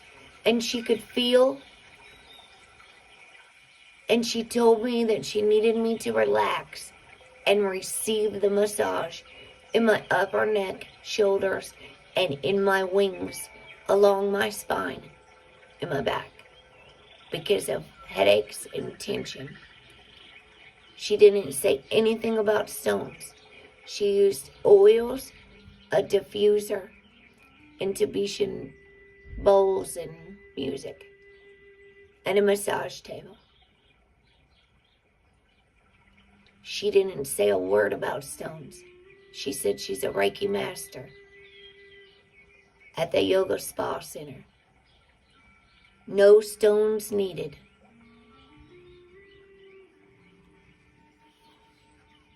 Just be still and receive it, is what she told me. She could feel my tension. She could feel the resistance. I haven't let anyone touch me other than hugs from like my mom, my grandma, my dad, okay? In 3.5 years. So she could feel that I was resistant to receiving. And that's what happens with abuse survivors. We don't want to be touched. There's healthy touching. And if we've lost trust, we don't want to be touched. We've been hit by hands that said they loved us. We've been abused. The egg moon says trust yourself. Develop self-trust and joy will follow. You can rely on your own capabilities. Begin to plan carefully for the future. See, and one of the things, Anita, is like, yeah, me too. One of the things I'm realizing, Anita, is how much money people keep spending on the stones, which can become a shopping addiction. And they want to keep buying stones, but they don't want to make changes in their life, and they don't understand why it's working. They might still be eating unhealthy, all kinds of other things. They might not be doing their shadow work, their emotional healing. Like I'm going to counseling. On the 27th, I got 2 different places I'm going to be working with to start the same type of, so I can open up to not be touched, to not be feeling so unsafe anymore. So I can heal myself. I have been beyond traumatized through all of this. And I was starting to get agoraphobic to where I'm not leaving my house and not wanting to do all kinds of things, you see? Yes. And so when we're buying the external things to fill an internal void, you see what I'm saying? I've done this and this, and we don't understand why nothing's working.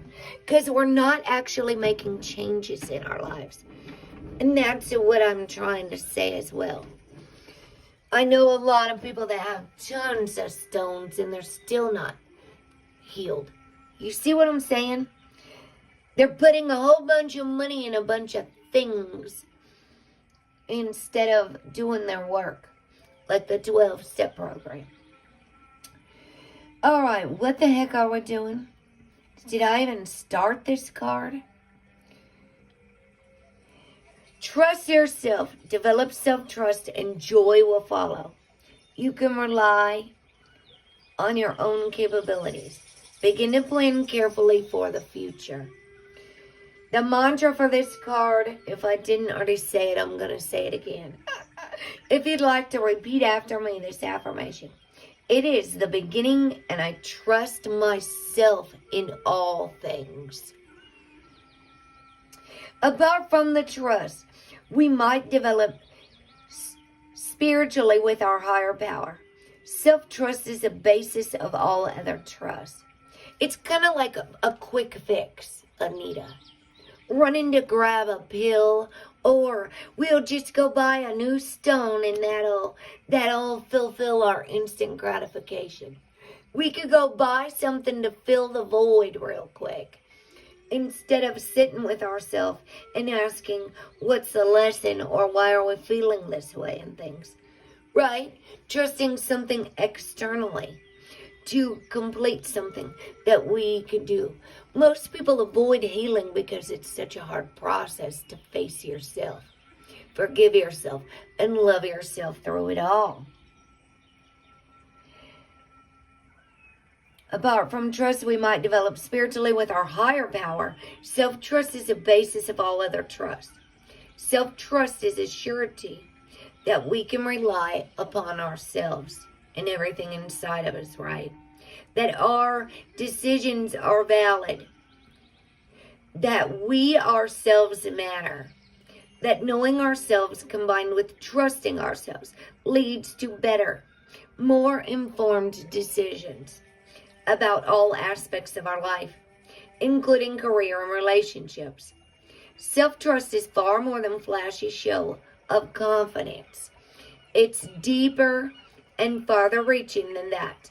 It is security at the very core, that no matter what, our wisdom matters, and it is best.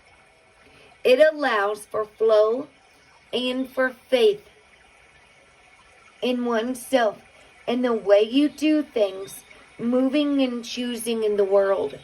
So when we're closed up in our heart and we're on edge, rigid, which is what I talked about yesterday. We have to soften what's rigid in our heart. And our heart can close if we've been wounded. I talk all about we have to be open. See, the palms are open for energy to flow. Right is the receiving hand, and left is your giving hand. And actually open to new people, ideas, and growth. Flexible is the heart chakra. The lungs and the heart. The energy center. Coping with loss and balance. Harmony, trust, lovingness, gentle with self and others, able to give and to receive without giving back. Are we open to new people, ideas, and growth?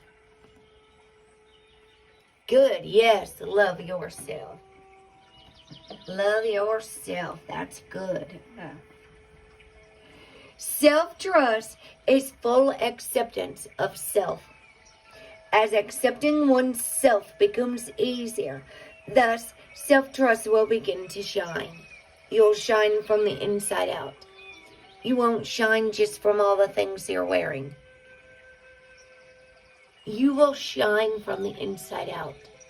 You will feel content in your body, not by what you have, but by who you are. There's a lot of show and tell for adults going on, showing off all their fancy things that make them look cool and powerful. And Inanna had to go through 7 gates and relinquish everything that made her appear to have power. In the hymns of Inanna, the Queen of Heaven and Earth. And in Mary Magdalene's Gospel, it's 7 powers of the ego. Because we take no thing with us from this world, but our spirit when we leave. Not even our body.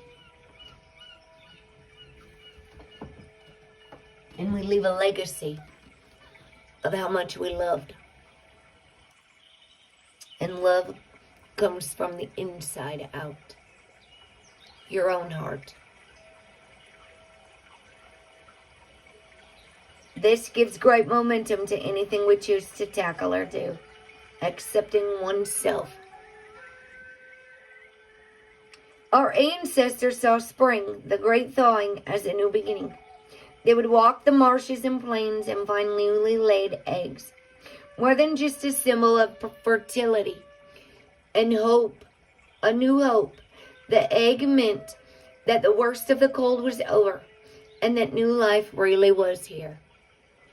The egg moon was a time of celebration and rejoicing. The companion stone or metal is iron. Iron is also associated with blood, a feminine cycle. Women, to produce eggs, they have a menstrual cycle. The women are the carriers of life. The female body, the egg, the egg, the egg. Hello, Stock Explorer. Welcome. Yes, and we love everyone. How hard would it be for someone that was following the Patriots to say, I love Joe Biden. I love Hillary Clinton. I don't really like the way they're behaving right now. I think it's very abusive and dramatic to each other. But I love Hillary. I love Donald Trump. I love the Pope of Rome. I love Vladimir Putin. I don't really care for what they're doing. I think it's kind of destructive. But it's not really my job to judge. I really don't even know the honest story as to why these people are doing this. And I really don't want to try to figure it out. But I love Vladimir Putin. And who's the Israelite? Benjamin Naphtali. I love him too. And I love you. And I love Jesus.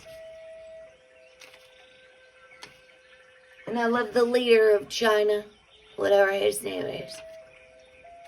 And what's the guy in England? Hold on, Boris Johnson. Nobody likes him either. Lots of people hate him. That's an internal condition. To hate someone. You might not care for their behavior, but to hate someone is a problem in our own hearts. To carry hatred and anger and be projecting it all over the world. I love Vladimir Putin. Who can say that and really mean it? Or do you only love Ukraine? You think it's okay to go drop bombs on any country? There's more power in surrender and forgiveness and letting go. No matter what anybody else says. Use your discernment. Agreement number 5. in the 5 agreements Toltec wisdom is be skeptical, but learn to listen. And that is down below in the description box. The waxing gibbous moon, discernment. Take care in your choices now. Look carefully and judge wisely. There may have been something difficult to see. Something that has been obscured. But now it's been revealed to you. Examine it closely. The mantra for this card says, I take my time to be accurate and precise in my discernment. Is this really true? If we come back to love.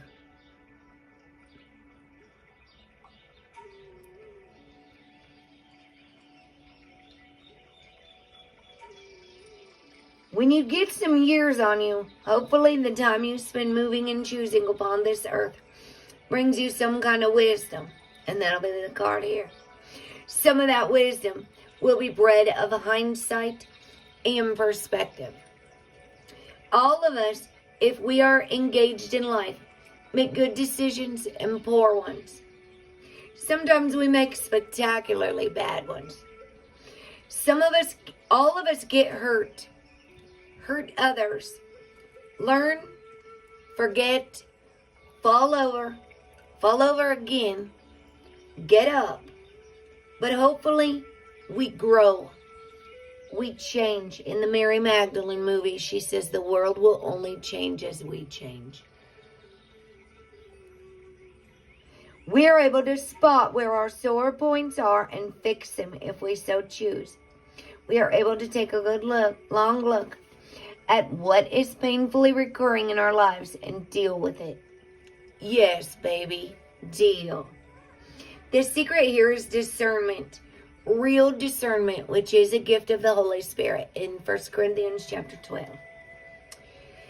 Really making it a priority to take time to ensure acuteness of judgment. Really looking at the fine print before you buy, and just follow and fall for anything. Instead of taking things on face value or rushing into surface judgments, take your sweet time to form friendships and business relationships, to evaluate things, right?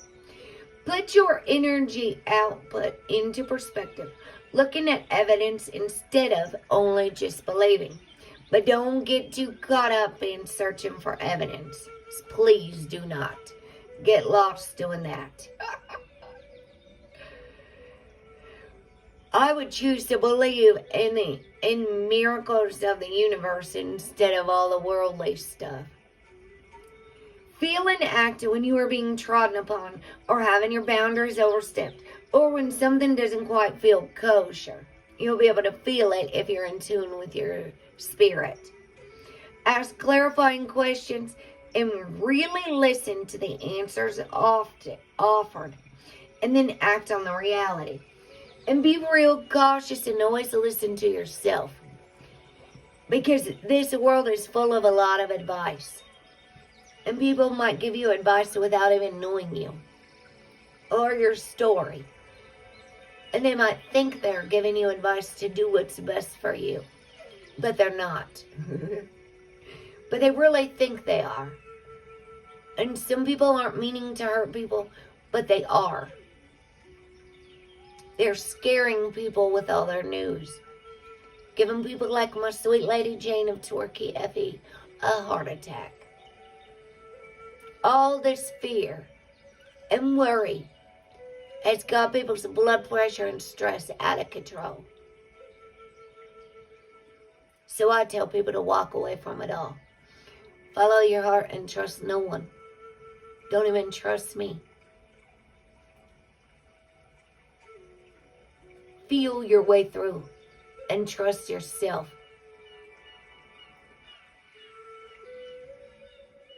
Feel and act when you are being trodden upon or having your boundaries overstepped or when something doesn't quite feel kosher. Ask clarifying questions and really listen to answers offered. Then act on the reality. That is growth. That is real pattern busting. That is the gathering of wisdom. Note, waxing gibbous moons. This is the first of the waxing gibbous moon. The overall themes of this part of the moon cycle are action and will. So going from the new moon, dark moon, all the way around this moon thing. The waxing is before the full moon. The full moon peak is actually tomorrow at 1 o'clock. And I've got to do my membership drawing sometime. I was really thrown off. My mom went to the emergency room today, and she was there for several hours because her blood pressure is so high. And so I really got thrown off by a whole lot of things, to be honest with you. The companion stone or metal for that card is yellow jasper, it says. So you guys, it's 2:22 right now, 2 hours and 22 minutes, and almost 22 seconds. And I have got to take a restroom break and warm up my tea over here real quick. And I'll be back. We're going to read the wisdom card and do whatever else comes. I think I should do that self-love card that's on bottom. You guys tell me what you think. If the heart is an outpouring, as much as we love ourselves, we love our neighbors and Vladimir Putin, as much as we love ourselves. Like Jesus told us to. Then where does it start with? If Jesus commanded everybody to love God, and you shall have no other gods, love your God and love your neighbor, including Vladimir Putin, as much as you love yourself. Jesus gave 2 commandments that sum up all of the Old Testament commandments when he brought his New Testament. The man called Jesus. Anybody remember him? Blessed are the peacemakers, for they shall be called children of God. Matthew 5:9.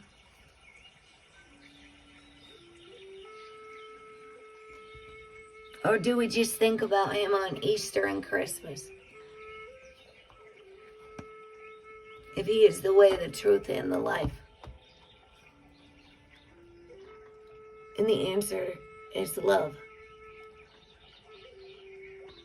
If love is the answer, what is the question? I'll be right back. And we got to do the wisdom card. Let me just go ahead and put this with the book so I don't forget where the heck I was, because you know me. I feel like there's way too much going on in this world in my life, and my mind is not doing really well. I keep walking around forgetting what I come upstairs for, and it makes me feel like I've lost it. To walk around like I'm lost. Trauma and dissociation. I know all about psychology. I studied grief and personality disorders and trauma. And most of all,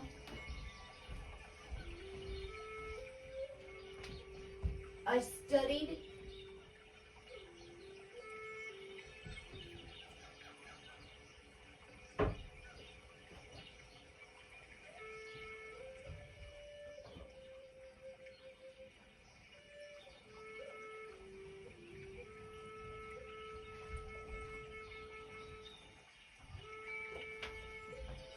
how to forgive my own abusers as a sex abuse survivor.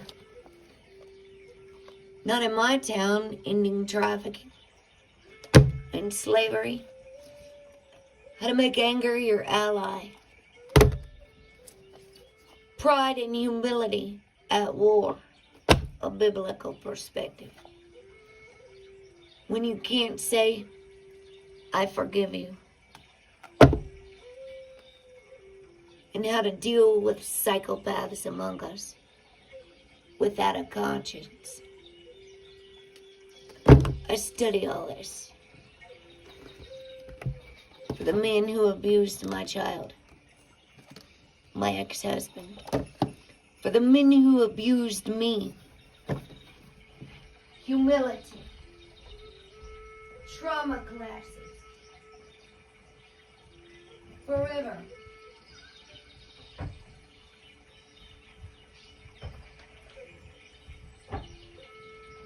Because the world will only change as we change. And what do you do when your child is cutting themselves?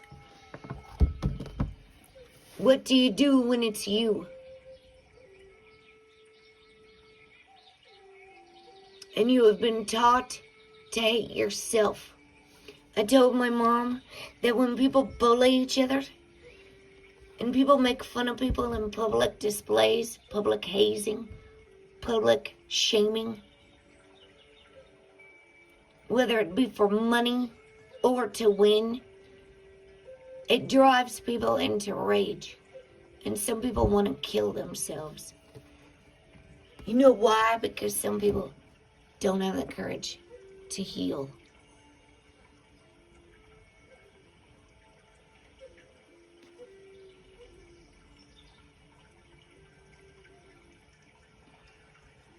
And I do.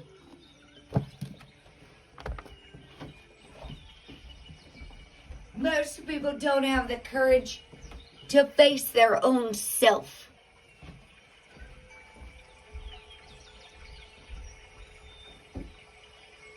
I would say.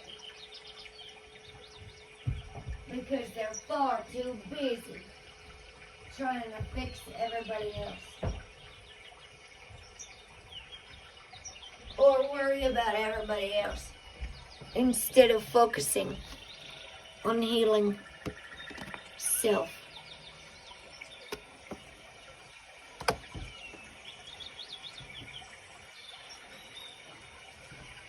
And getting in contact and connection with ourselves. Because the last one is the angry heart. Overcoming borderline and addictive disorders. And that means every type of addiction. Sex, money, alcohol, drugs, television, YouTube, shopping. We don't want to go down that road. We already learned about shopping addiction right at Christmas time. And buying external things to fill an internal void. Emotional eating, pornography, avoidance, comedy, addicted to politics, obsessed with Donald Trump, obsessed with anything. OCD's addictive, obsessive disorders.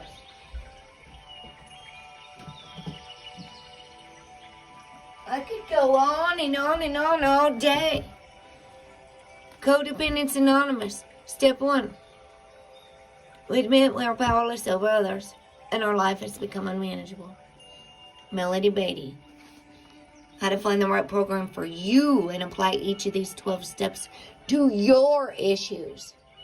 No one else's. A Magnificent Addiction.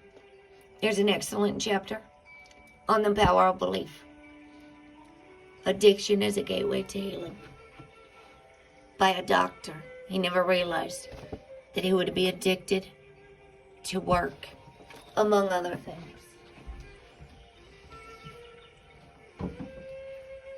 Addicted to money, which then drives people to work more.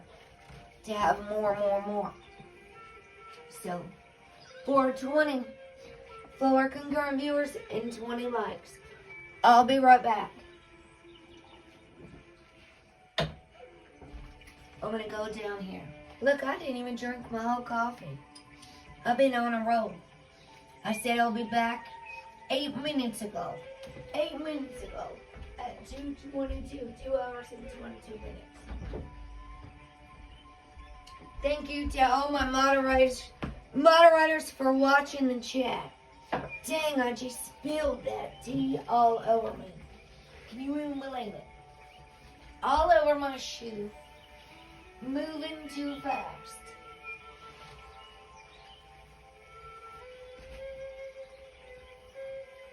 Sometimes some of these messages and so much is moving so fast in my brain. I get to talking too fast, too. Talking too fast and moving too fast. Sorry, I gotta clean up this off the floor. Goodness sakes. Spit it all down my leg, too. I'm gonna have to wipe it up with something else later. Oh dear, and then I set the cup by these cards. Oh my gosh.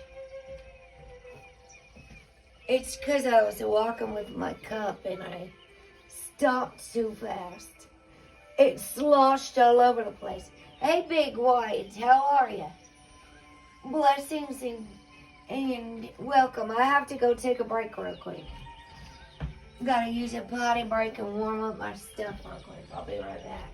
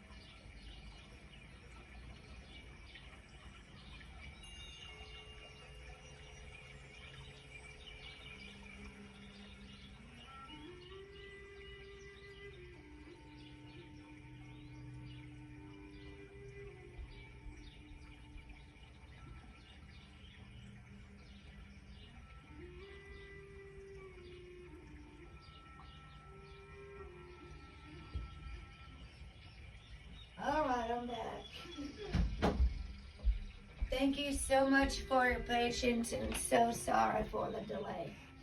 Thank you, anybody who's... Oh, thank you, Cindy Conaway. I'm doing okay. I just came back and it said 722, 7 concurrent viewers and 22 likes. Thank you all for likes. That's the day of the Feast of Mary Magdalene. July 22nd, 722.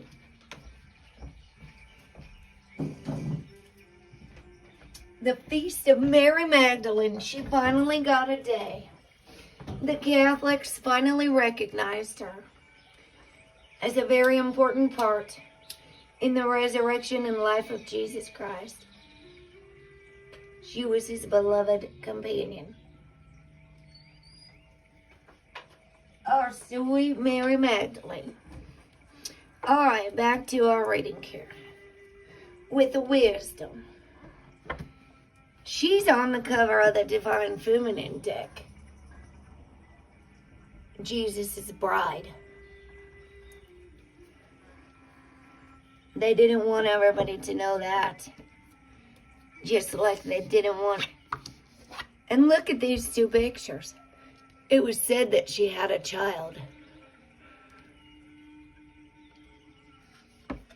And then they were the line of Cleopatra. From Africa, Egypt. What do you guys think about that? She had a child named Sarah Lakali, Queen of the Outsiders.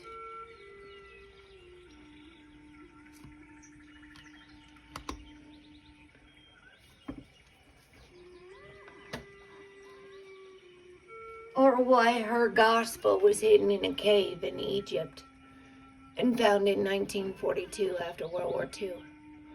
Or during World War II. When did World War II end? Why would all those gospels be found hidden in a cave all those years later? Maybe because the people who would find out the truth would misuse it for personal gain. So they couldn't tell everybody. But if you read the Bible thoroughly, you would find the hidden truth within it all. And what Jesus told us to do. And the power is inside of you. You hold all the wisdom. That's all that Solomon prayed for. It is a gift of the Holy Spirit. 1 Corinthians chapter 12. Wisdom. I love this picture. She's standing on her books and she had to climb a ladder to get on top of them. Wisdom is more than mere knowledge. There may be something you aren't seeing and need to research it more thoroughly. Don't research and get lost too hard. Think about it. Wisdom is gathered, but it takes time. Learn from your experience, from this entire experience. God speaks to us through feelings, thoughts, and experiences. And what do we learn from it? What is the lesson? You might wish to ask the opinion of a wise mentor if you are uncertain. The mantra for this card, if you'd like to repeat after me, is I use my knowledge and experience to make wise decisions. It is often said that the body has its own innate wisdom. If healthy, it just knows what to do and does what it needs to keep us alive and moving without thinking about it too much. We don't even need as much food as we think we need. We just think we do. Most humans lack self-control and don't even practice daily fasting or daily spiritual connection, daily meditation.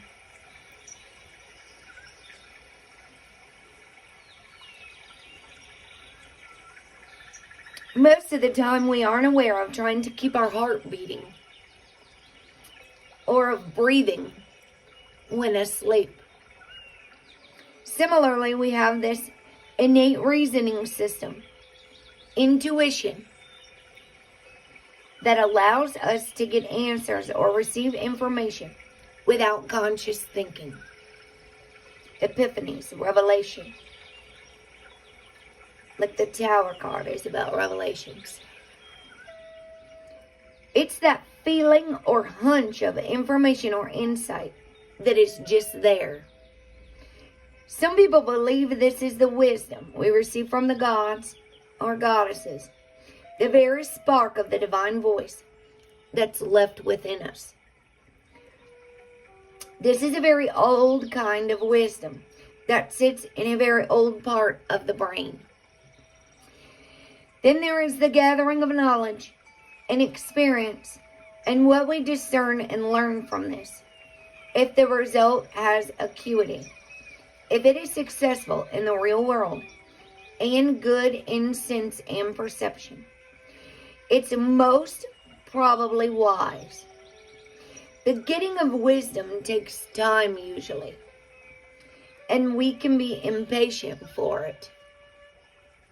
The gathering of wisdom can't be a rushed process, especially if it's spiritual wisdom and knowledge. We might cut corners and not see the role we take in our own poor decision making. To me, though, as a modern people, we have millennia of wisdom to assist us. Human history has some very wise people starring in it, and some not so wise. So we have plenty of examples from which to learn. Gathering wiser people around us is in fact one of the wisest things anyone can do. We cannot always know it all. And a wise mentor or friend can not only save us from poor decision, but also demonstrate how to be wise if we aren't quite there yet. The companion stone or metal is fluorite. Well done, my good and faithful servant, is the card below that. Matthew 25 and 21. Well done on the spiritual wisdom. Well done, my good and faithful beloved followers of Christ, for not following the devil or this world in its false ways.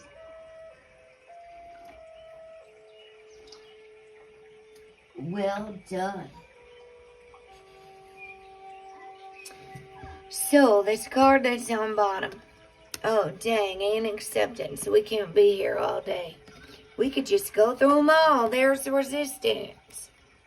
Resist the enemy. Resist the temptation. And it will flee. Sometimes it says, resist the devil. And it will flee. We accept that we are powerless over a lot of things. We accept we are powerless over our addictions, and our life has become whatever. What's that? How's that go? The first step. I admit I'm powerless over my alcoholism, and my life has become unmanageable. That's what it is. Step 1. Admission. Confession. We admit we have problems, not just everyone else, right? How humbling that is to admit that we have problems. These are in the wrong thing. I admit I'm powerless over other people, and my life has become unmanageable. So I'll focus on myself, right? Codependence Anonymous, step 1. And then we accept that we are powerless over others. And we're here to remember who we are and love ourselves. Now find out who everyone else is. To me, it seems like everybody's forgotten who they are. They don't know who they are, so they think they know who everyone else is. And what we're seeing is mirrors and egos. We're not seeing the true self of humanity. The soul. If we look into the eyes of another, if you look into the eyes of a homeless person, there's a soul in there. Besides their outer appearance. There's a soul And you'll be able to see into their heart beyond who people are pretending to be or what they look like on the outside. Does the homeless person matter less than the Pope of Rome? In God's eyes. In Jesus's.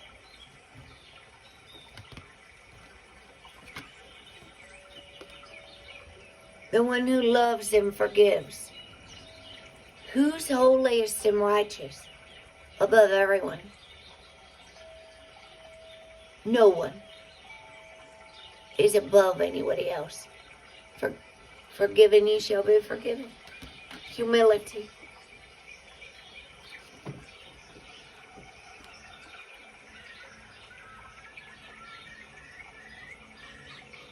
You ever been homeless? I have. And I do know what it's like.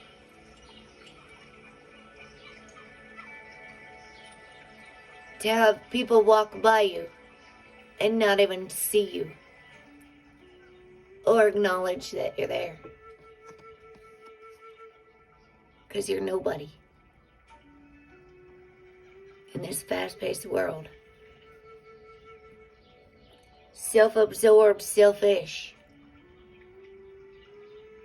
world we live in. Where every life matters. And you matter. And Jesus tended to them on the streets. He forgave and loved the broken. And corrected the proud.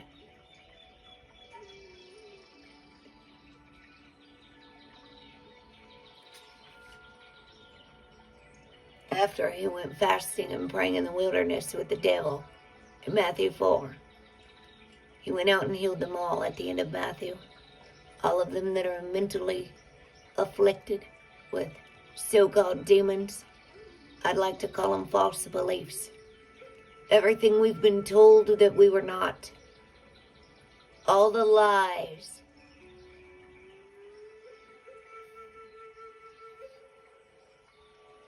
Radical self-love is necessary.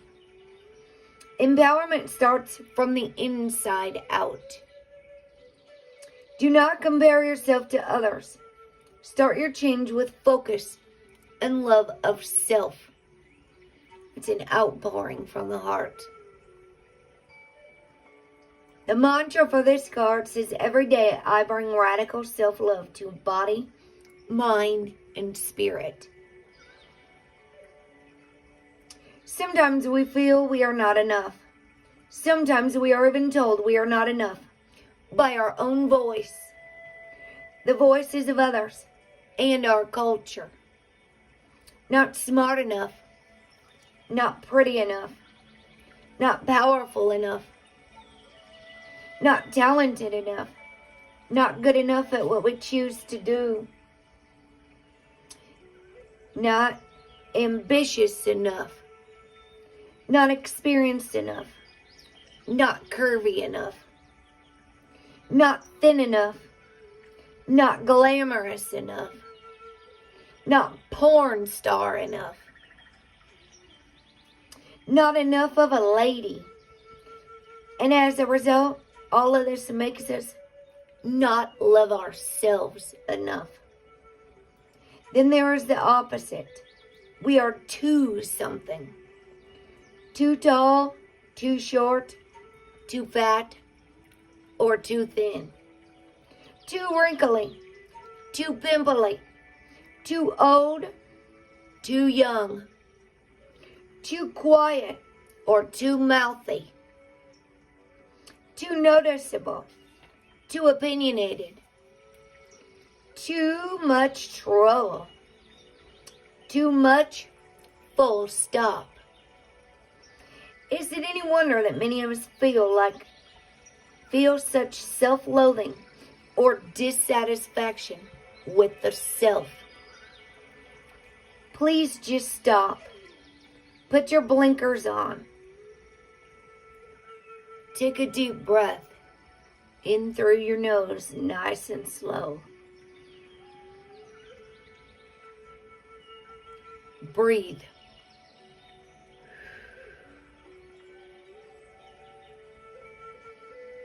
Be with yourself. Do ritual. Speak to the goddess or whatever energy floats your boat and ask for help. Give yourself a big hug. Especially if you don't have somebody else. Or you feel lonely. Are you comfortable in your body? Or do you need somebody else to feel that? Do you love yourself? Or do you expect others to give you the attention and love that you don't even give yourself? Or do you expect others to stroke your ego and feed you all the things you don't even do for yourself?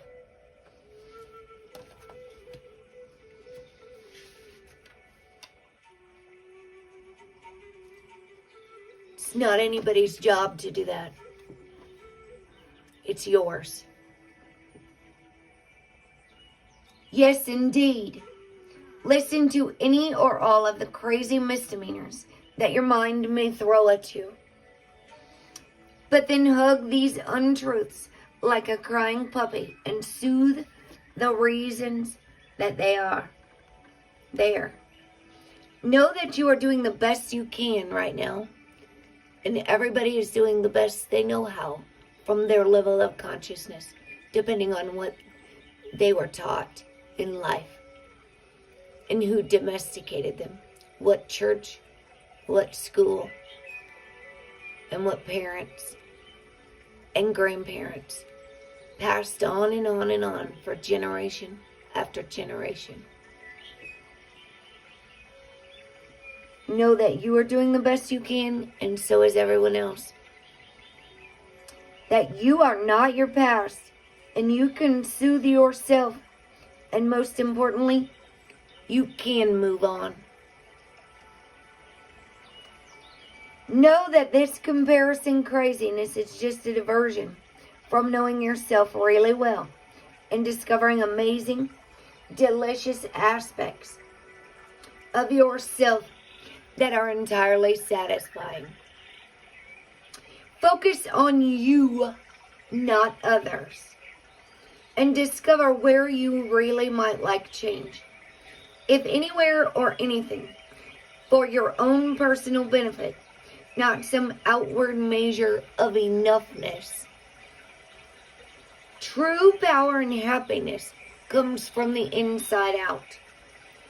Not from our egos getting stroked from comments.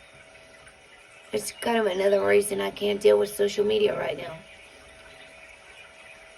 I don't need all that stuff. It's real hard to focus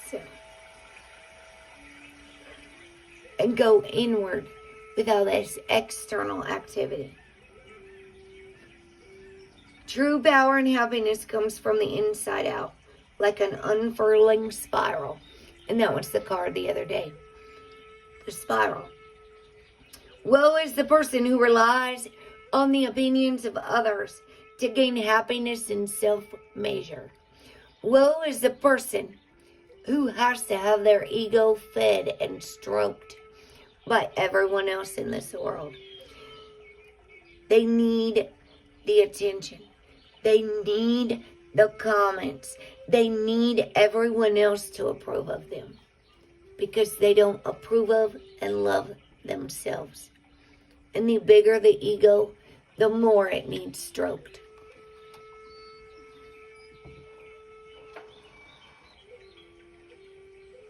Absolutely. That's why I don't go out of my way to do outlandish things for attention or approval or anything else. I don't even hardly post pictures of myself on Facebook and stuff like that.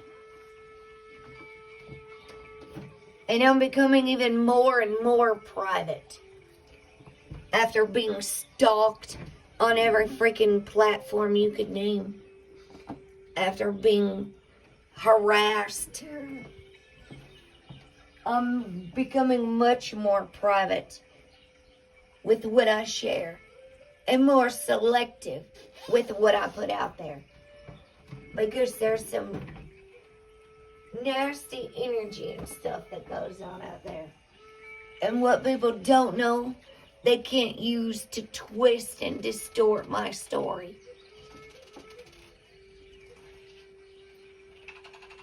And go make up a whole story of their own. And that's why I'm minding my own business. Not wasting my time on all these social media platforms anymore. I got better things to do with my life than keep doing the same stuff over and over for years and years on Facebook or Instagram or anywhere. Way too busy creating and manifesting a new life.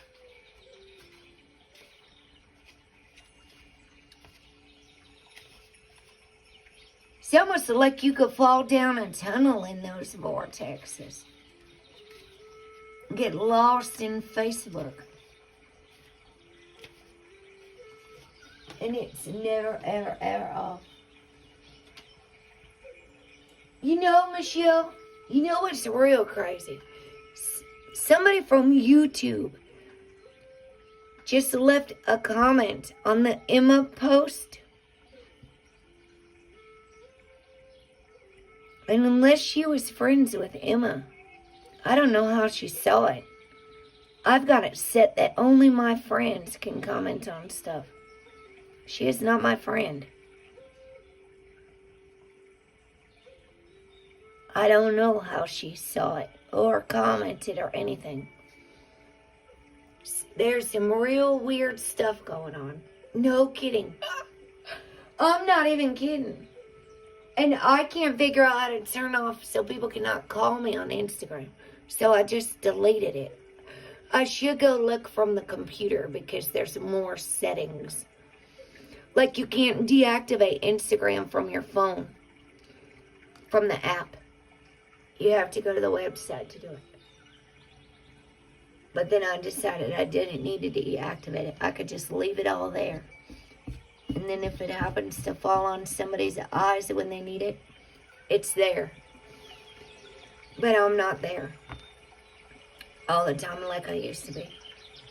I ain't got time for all this social media distractions and activity. I'm busy. These are the talking to heaven cards. I wish I had told you more often how much I love you. Was on the top.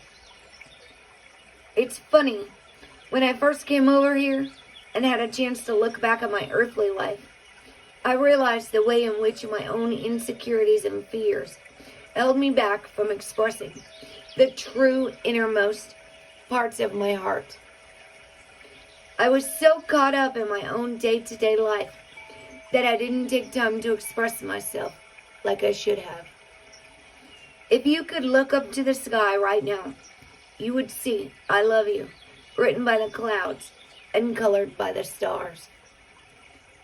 From my spiritual perspective, I know all the little things you did quietly for me, and I can't thank you enough.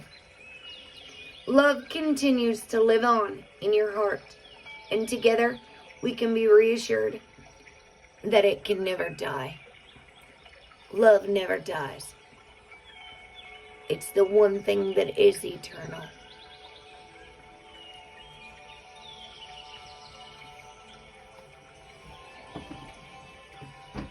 So I want each and every one of you to know that I love you. And in case nobody's told you today, I am proud of you. You are beloved.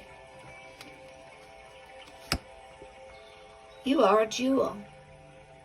Every event in life presents us with a new opportunity to experience ever greater love. There is a jewel to be found within every teardrop. Trust we, your angels, are guiding the current events This is a time in which you and those close to you will emerge strengthened by ever greater bonds of love. Trust, there is nothing to fear. There's only love. You know, what's really interesting is that all holidays and New Year's go by the moon, which is feminine energy. Motherly moon. Water sign. A feminine element. And yet, all the female goddesses were removed. Why do you think that is? For a male-dominant patriarchy to rule the world, they removed all the feminines to turn to a god of fear and punishment. Patience is required at the moment. You may feel that things are not moving as fast as you would like, and there is a lot going on energetically. The current situation causing concern is evolving positively. Let go and have patience. You will eventually realize that this whole event was in fact a blessing.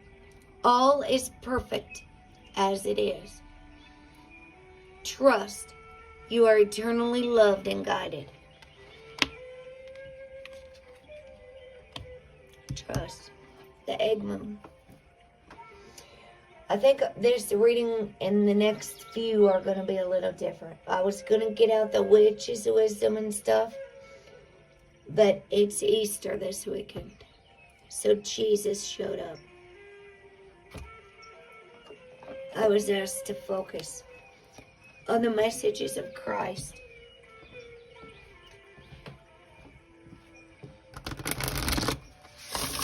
And the bride of Christ.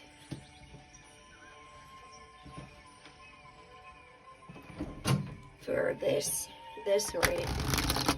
You know, I'm seeing the biblical zodiac start in Virgo and end in Leo, like the Sphinx, if you look it up. The body of a woman and the head of a lion. And the reason I use 13s in astrology, it goes back to Egypt before ancient Babylon removed it. And what I would like to even say is if we go back to the feminines as before they were removed, Inanna was the original. I had to put some clothes on her for YouTube reasons. The Queen of Heaven and Earth. The card I just showed you. Ancient Sumerian goddess. She was sent down by her father. And she was given all the gifts. And she had to go through 7 gates. Like 7 powers of the ego. 7 deadly sins. And she was hung on a hook, not a cross. It's a very similar story, if you look at things with an open mind. Isis.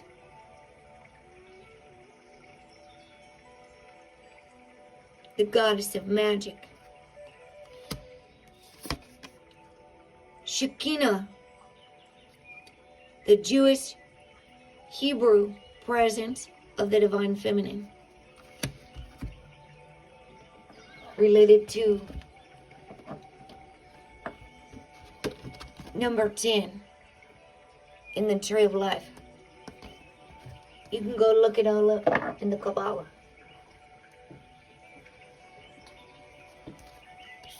Mother Mary. If you look at all the stories. King James removed worship of Mother Mary. King James Bible. Rome made her a prostitute. Pope Gregory the First, I think, and told lies about Jesus' beloved companion, so they could remove all the feminine for a male-dominant patriarch religion. And then they force their way into other people's lands and tell them what to do and how to talk and what to believe in. And if they don't, we might crucify you or burn you alive.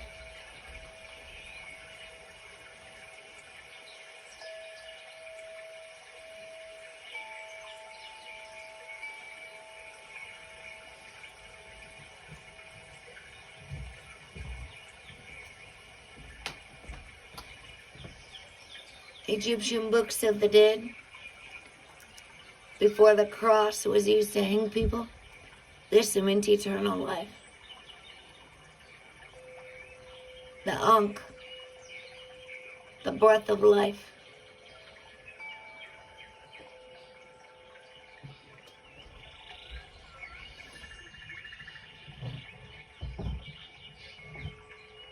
The story of Horus and Isis, and Osiris and Isis. What was I just going to do? Who knows? They sing gospels of peace.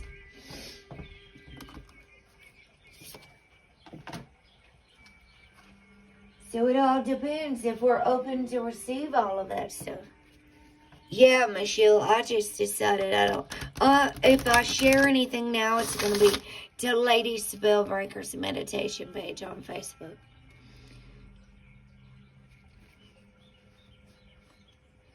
Like I did the full moon release thing.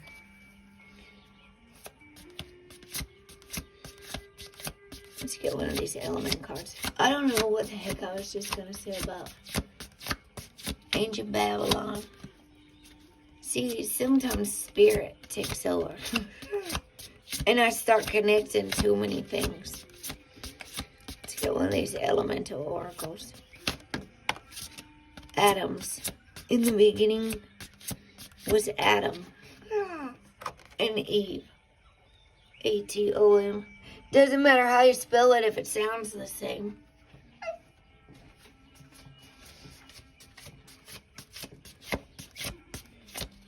You are energy. Don't eat too much of the worldly knowledge, because that's what causes humans to suffer. The humans were told not to eat too much. Eat from the tree of knowledge.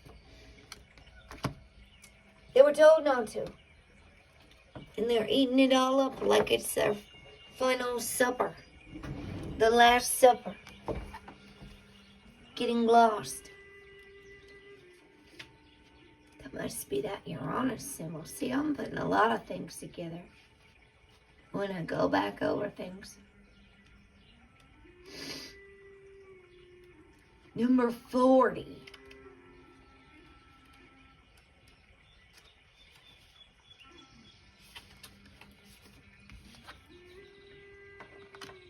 Well, you know, technically, only Witch, Moon, and Michelle have told me they won in the drawing.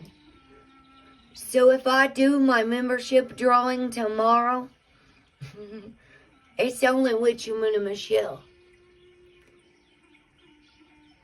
that said they wanted in the drawing. If nobody else said, please include me in the drawing.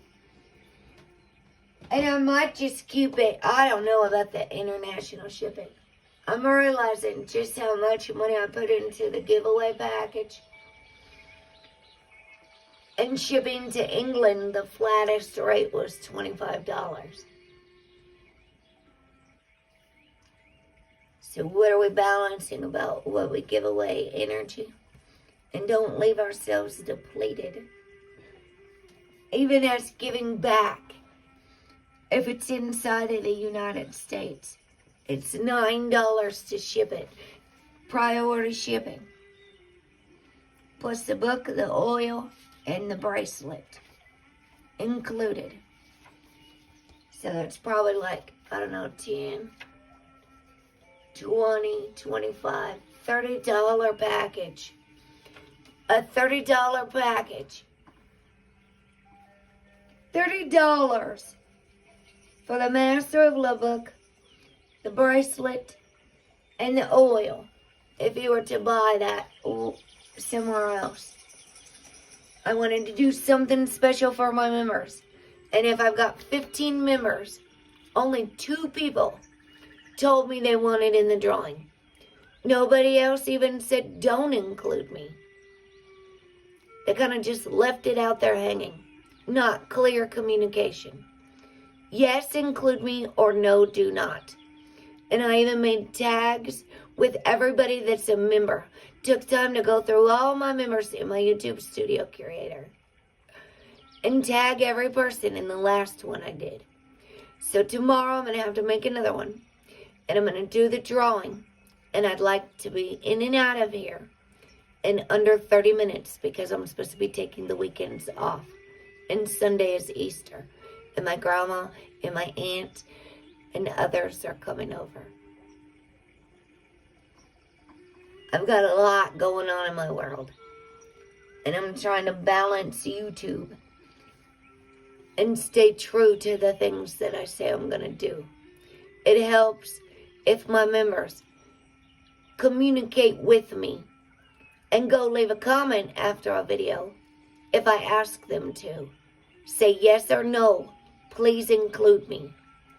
I've been very clear and very simple about it. And getting honest, clear feedback is very hard.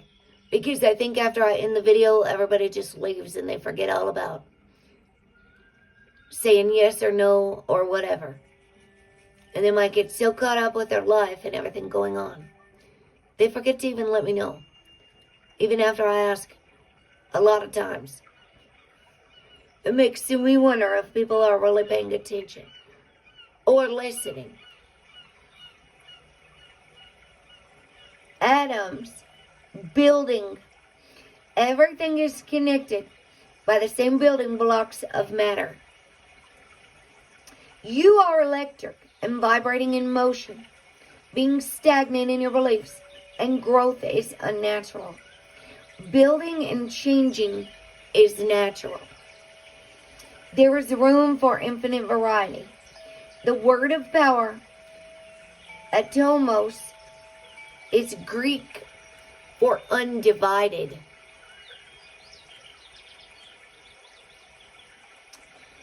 Many ancient cultures suspect the world was made up of building blocks that couldn't be seen. While the elements of earth, air, fire, and water were part of their thinking, many also thought that even these formidable elements were constructed from something. The ancient Greek philosopher Leucippus, I don't know how you say this, and his pupil Democritus suggested around 450 AD that atoms existed. They were infinite and that there must be different kinds to reflect the object that was the end result.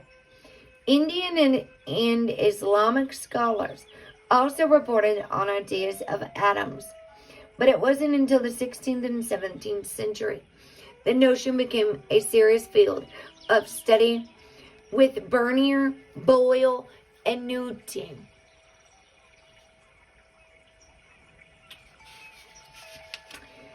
The last 200 years has given us a clear idea of what atoms are made of.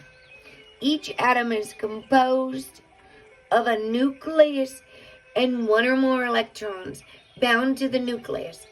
The nucleus is made up of protons, subatomic particles with a positive charge, and neutrons, subatomic particles with no net charge that are slightly bigger than protons. The boundaries of an atom are not well defined, so they are able to connect and vibrate. We use a scanning tunnel microscope to view surfaces at an atomic level. The idea that we are all connected or that everything is a part of a whole is somehow born out in quantum physics. It is not just some romantic ideal, but it is something solid. The elements for atoms is all elements. But don't forget about the fifth element, spirit. Earth, air, fire, water, spirit. And you are all of those 5 elements. That's what Ophiuchus, the 13th zodiac sign, is. Well, it's in the sign number 9 in a 13 constellation system. Spirit, the divine feminine in all her forms, the galactic center of the Milky Way, right between Sagittarius and Scorpio. After Scorpio, the sun, moons, and planets all transit through Ophiuchus's leg. Now, Gladys, for this one, it's only for the members. Like for 99 cents a month. It's I'm learning about YouTube memberships and how to work the memberships. And most of the people that I see have members are promotion channels. Like Dutch Sense doesn't have memberships on his channel. I wasn't even going to activate them. But then I turned them on and turned them back off. Somewhere it says, and then you get access to custom emojis. And so the people that are members, which is for 99 cents a month, you get members only posts over on the community tab. Only the members can see it. I could do unlisted members only videos. You know, like if I wanted to make the drawing, I could make it so only members could see it. But then nobody would know that we do a drawing. You see what I'm saying? If we wanted to have a members only video, we could do that. I'm still learning all these changes that have come with monetization. So it's like anybody that's a member. I used to have it if they show up and participate regularly. I included everyone. But since the members are giving to me blessings and monetary blessing, I want to give them something back. That way I'm not just taking. I'm thanking people for their time. You see what I'm saying? It's still all giving. And the Master of Love book is Don Miguel Ruiz. I showed it. I need to do a short video explaining what it is. And it's for members. But I cannot include a giveaway as part of the membership things. They won't let me. It can't be one of the perks. So I have to just do it and say it's not affiliation with YouTube. I have to say this has nothing. This is a gift from me to you. Back to my members. And one bracelet like this. And I've got the roller ball with it. It's over here. This is my bracelet. If a guy wins it and he doesn't want a bracelet like this, or somebody doesn't want a charm on it, like Sock Explorer didn't, because charms can get caught on things easy, then I won't put it on. I'll make it after the person wins it, and they tell me what they want. Whether they want hemp or if they don't want a charm, and they're going to tell me what kind of essential oil smell they would like by what I tell them that I have available. You see what I'm saying? Because all of this, I use my disability money every month. I'm on disability. I have been for suicidal depression. That's from abuse and PTSD. I was diagnosed bipolar, and I just asked the doctors to take that off my chart and stop misdiagnosing people with trauma. So you can give us bipolar medication and a wrong diagnosis. when it clearly says abuse trauma all in the chart. So, Gladys, I gotta update some of these things. There's so much going on and so many changes. You're an angel too. Once you become a monetized channel and you make that decision, you have to fill out tax forms with Google.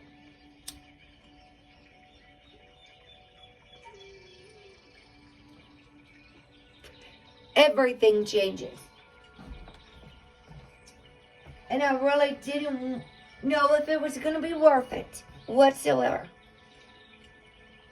I'd eventually like to have the ability to move out of my parents' house when I'm done with all this. Grow my own things. Get out of the city. And not need any type of government assistance for food or call myself disabled. But I have panic disorder and I faint. I wear a medical bracelet in case I'm ever found on the side of the road from a fainting spell. You see? I don't work in high pressure fast food restaurants. I'm healing some serious trauma right now. And nothing is more important than that. So let me see here. 19. I used to do those drawings for just anybody. But you wouldn't believe the mind games I went through with all of this. To where I quit. I sent one to somebody that threatened to send some stuff to my house and went ballistic. I know, that's when I almost said I'm never ever doing a drawing again. No way. It's been strange being a YouTuber. Creator, a YouTube content creator. Boy, my goodness, it's been a strange experience. No joking, because I ain't having people. And then the cops wouldn't even do nothing, Gladys. Because the people live in Canada. These people threatening me. I told them, go on ahead and try to come over here.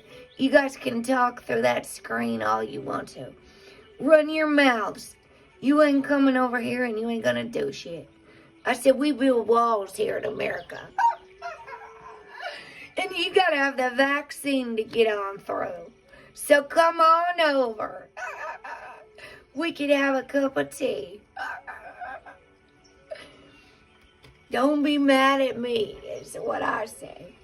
Whatever, I'm just a messenger. If people don't like what I have to say, click off. Go find something else to watch. I don't go watching all that stuff just to argue with people. Plants. Growth. Magic is in everyday things. You can make something from nothing. Yes, you sure can.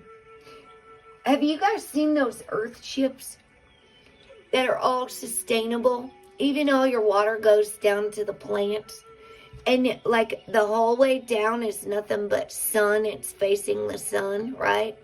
So it's like a plant room, and all the water, even from your sink, goes through filters and goes down to your plants.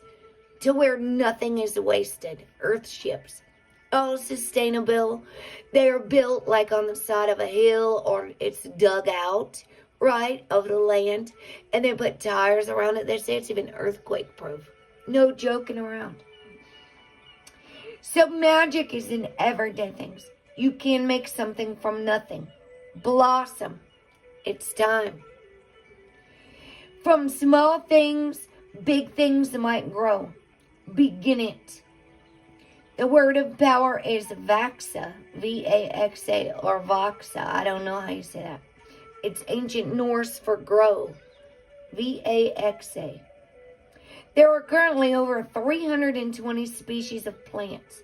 The plantae kingdom of life includes the tiniest mosses, algae, fungi, the most fragrant flower producers, grains, carnivores, and huge trees such as the giant sequoia. Plants provide food, medicine. Hold on, I said that wrong. I said it in the wrong order.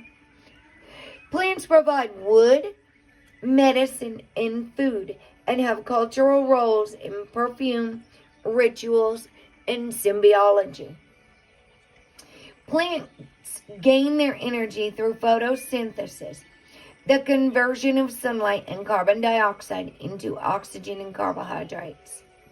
Plants are found in almost every biome on Earth. Quite magically, the majority of plant species have various kinds of symbiotic fungi associated with the root system. And it's even said that mushrooms communicate to each other. I was just reading like Terrence McKenna thing about that. It keeps giving me all this mushroom information. When I go to open a new tab in Google, it'll have something, and I keep saying, don't show me this information. I'm getting real good at pressing those 3 dots and saying not interested. And then it pulls up things that I might be interested in. Space and plants, essential oils. You know, like they gave baby Jesus frankincense. They knew that he might need to calm his muscles because he might be traumatized trying to deliver God's message. He might be rejected and abused beyond belief, just trying to come bring God's message. So they brought him frankincense plants, because the big farm didn't exist back then. And they didn't need benzodiazepines or anything like that. They used plants from Mother Earth, provided by God, who gave us all the herb-bearing plants. Says it right in the Bible. But people run to doctors with ungodly side effects.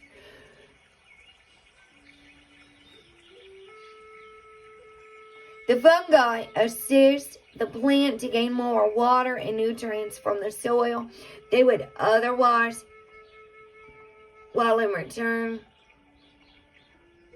the plants feed fungi carbohydrates that are the byproduct of photosynthesis. This association is called mycorrhiza. The largest living organism on the planet is a honey fungus that measures 3.8 kilometers across and has 965 HA in the Malheur National Forest in Oregon. So I don't know whatever that 965 HA is. Its mycelia, or network of roots, produces mushrooms once a year if the condition is right. If the conditions are right. Plants provide key nutrition to a wide variety of fish and animals, including humans. Many large mammals are exclusively plant-eating, including whales, gorillas, bisons, giraffes, and elephants. Plants are also the source of powerful medicine through the compounds they produce. Modern medicines such as aspirin, morphine, quinine, however you say that, Taxol, and digitalis are all from plant compounds. Like, aspirin is willow bark, derived from willow bark. We had the willow tree the other day. Certain special psychoactive plants are used in spiritual and religious frameworks and are important. There is a forum this weekend from the MAPS Association. I get an email. April 20, no, it's next weekend, my birthday weekend. I was invited to attend, but I'm not going to be in that area. And it's about religion and psychedelics. From MAPS, the Multidisciplinary Association of Psychedelic Studies, MAPS. They've been using psychedelics to treat trauma in the background all this time, as well as depression and addictions. They give ayahuasca to prisoners in Brazil now to rehabilitate them. Certain special psychoactive plants are used in spiritual and religious frameworks and are important in many cultures as pathfinders and in divination and healing. These include opium, which has a very high addictive tendency. I'm a recovered opiate addict. I might want to add 7 years no opiates. Psilocybin, which is in mushrooms. Ibogaine, mescaline, thujoni, maybe, and mandragora. Some of these plants are being tested and trialed as treatments for depression and other psychological disorders, as well as to boost creativity and problem solving. Psilocybin for depression, for PTSD and trauma. Oh, awesome, Gladys. You know Hawk makes those. You remember Hawk? His name was Tawadi. Tawodi. He's a Cherokee native. He studied the Kabbalah. Because it was him when you showed us that tree of life. That was the tree of death, that QAnon thing on Twitter. He was in that same forum.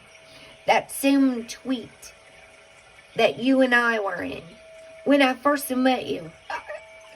Because you came out of nowhere. When we would be having a discussion and somebody would jump in on the thread, somebody would come in with some religious views or something, arguing with us. I was saying, who the hell are you coming in here like this? Who told you to jump in on this conversation? But Hawk, he lives on the East Coast. He's a Cherokee. But he was going to be an ordained minister. No joking. Hey, Maria, there you are, sweetheart. You got your jacket back. I forgot I didn't see it the other day. I don't want anybody to think I took their jacket because they were misbehaving. If you had one, and you run a channel and you know what it's for, and you know how to use it, then you get one. Hello, how are you, sweetheart? Goodness sakes, what time is it there? Real early. You're welcome, and happy Easter to you. Do you guys celebrate Easter over there? I don't even know. You know, because here in America, we have something called an Easter bunny. And they hide eggs out in the yard, and the children have to find eggs and candy. And I asked Call Wonder, Arlene Signo, if they had ever heard of the Easter bunny in the Philippines. And she said no. What is the Easter bunny? And I said, I figured. We have a bunny. That's what they've turned Easter, Resurrection Day, to here in America. And I would like to know if that same Easter bunny is all over the world. When it's supposed to be about the resurrection of Christ, or the bride of Christ and the divine feminine, aka Mary Magdalene, Maria, Mary, all derived from the same words. Mary, Miriam, M-I-R-I-A-M. Alright, we're going to be wrapping this up here, you guys. This was, Jesus bless this reading. releasing our things. That's what I did today. Just laid out in the grass. I said, forget this phone and staying in the house. Lay there in the sun and just meditate. Enter my heart space with Mother Mary. Sometimes the best way to grow is to simply let go. Just let go of all kinds of things, right? Authenticity. I realized the same guy that keeps coming in and asking for a jacket, his name is Heaven Hope. I don't even know if he can understand English. And he keeps coming back asking for, he just says, please give me a jacket, host. He doesn't say hello. He doesn't say, how are you? He doesn't even know it's a meditation channel. But he has symbols on his name and I don't know what they mean. It's not Tagalog. It's either Korean or I don't know what it is. So I just blocked him. And then I feel bad doing it. But he just keeps doing it. He just did it last week. And I told him I'm not giving him a jacket just so he could drop his leg. The language you're letting go here. But I don't even know if he can understand my words. Because I don't know if he understands English. So he might not even be able to read the pinned comment at the top that says, please don't drop links. He may only know how to say, please give me a jacket, host. When we only know certain languages, we can't read it. If someone is speaking another language and we don't understand it, we have no idea what they're saying. I could listen to somebody speaking Spanish all day at the fastest ever. They could be speaking it so fast. And I wouldn't have a clue what they say but to make out the words that I know. And hence we have the Tower of Babel. B-A-B-B-L-E. Approve of ourselves here. You are an ordained minister. Oh yeah, see, Hawk was going to. That's where I was going with that. He goes and finds sticks, branches out, because he lives out in the country. On the East Coast, Northeast. And he makes some magic wands. Today, I will let go of my need for approval and my need to be liked. Instead, I will choose to like and approve of myself. We don't need it from the world anymore. It comes from the inside. The people who count, including me, will respect me when I'm true to who I really am. We don't need external approval. Or it's an internal condition. We don't need the whole world to love us or approve of us.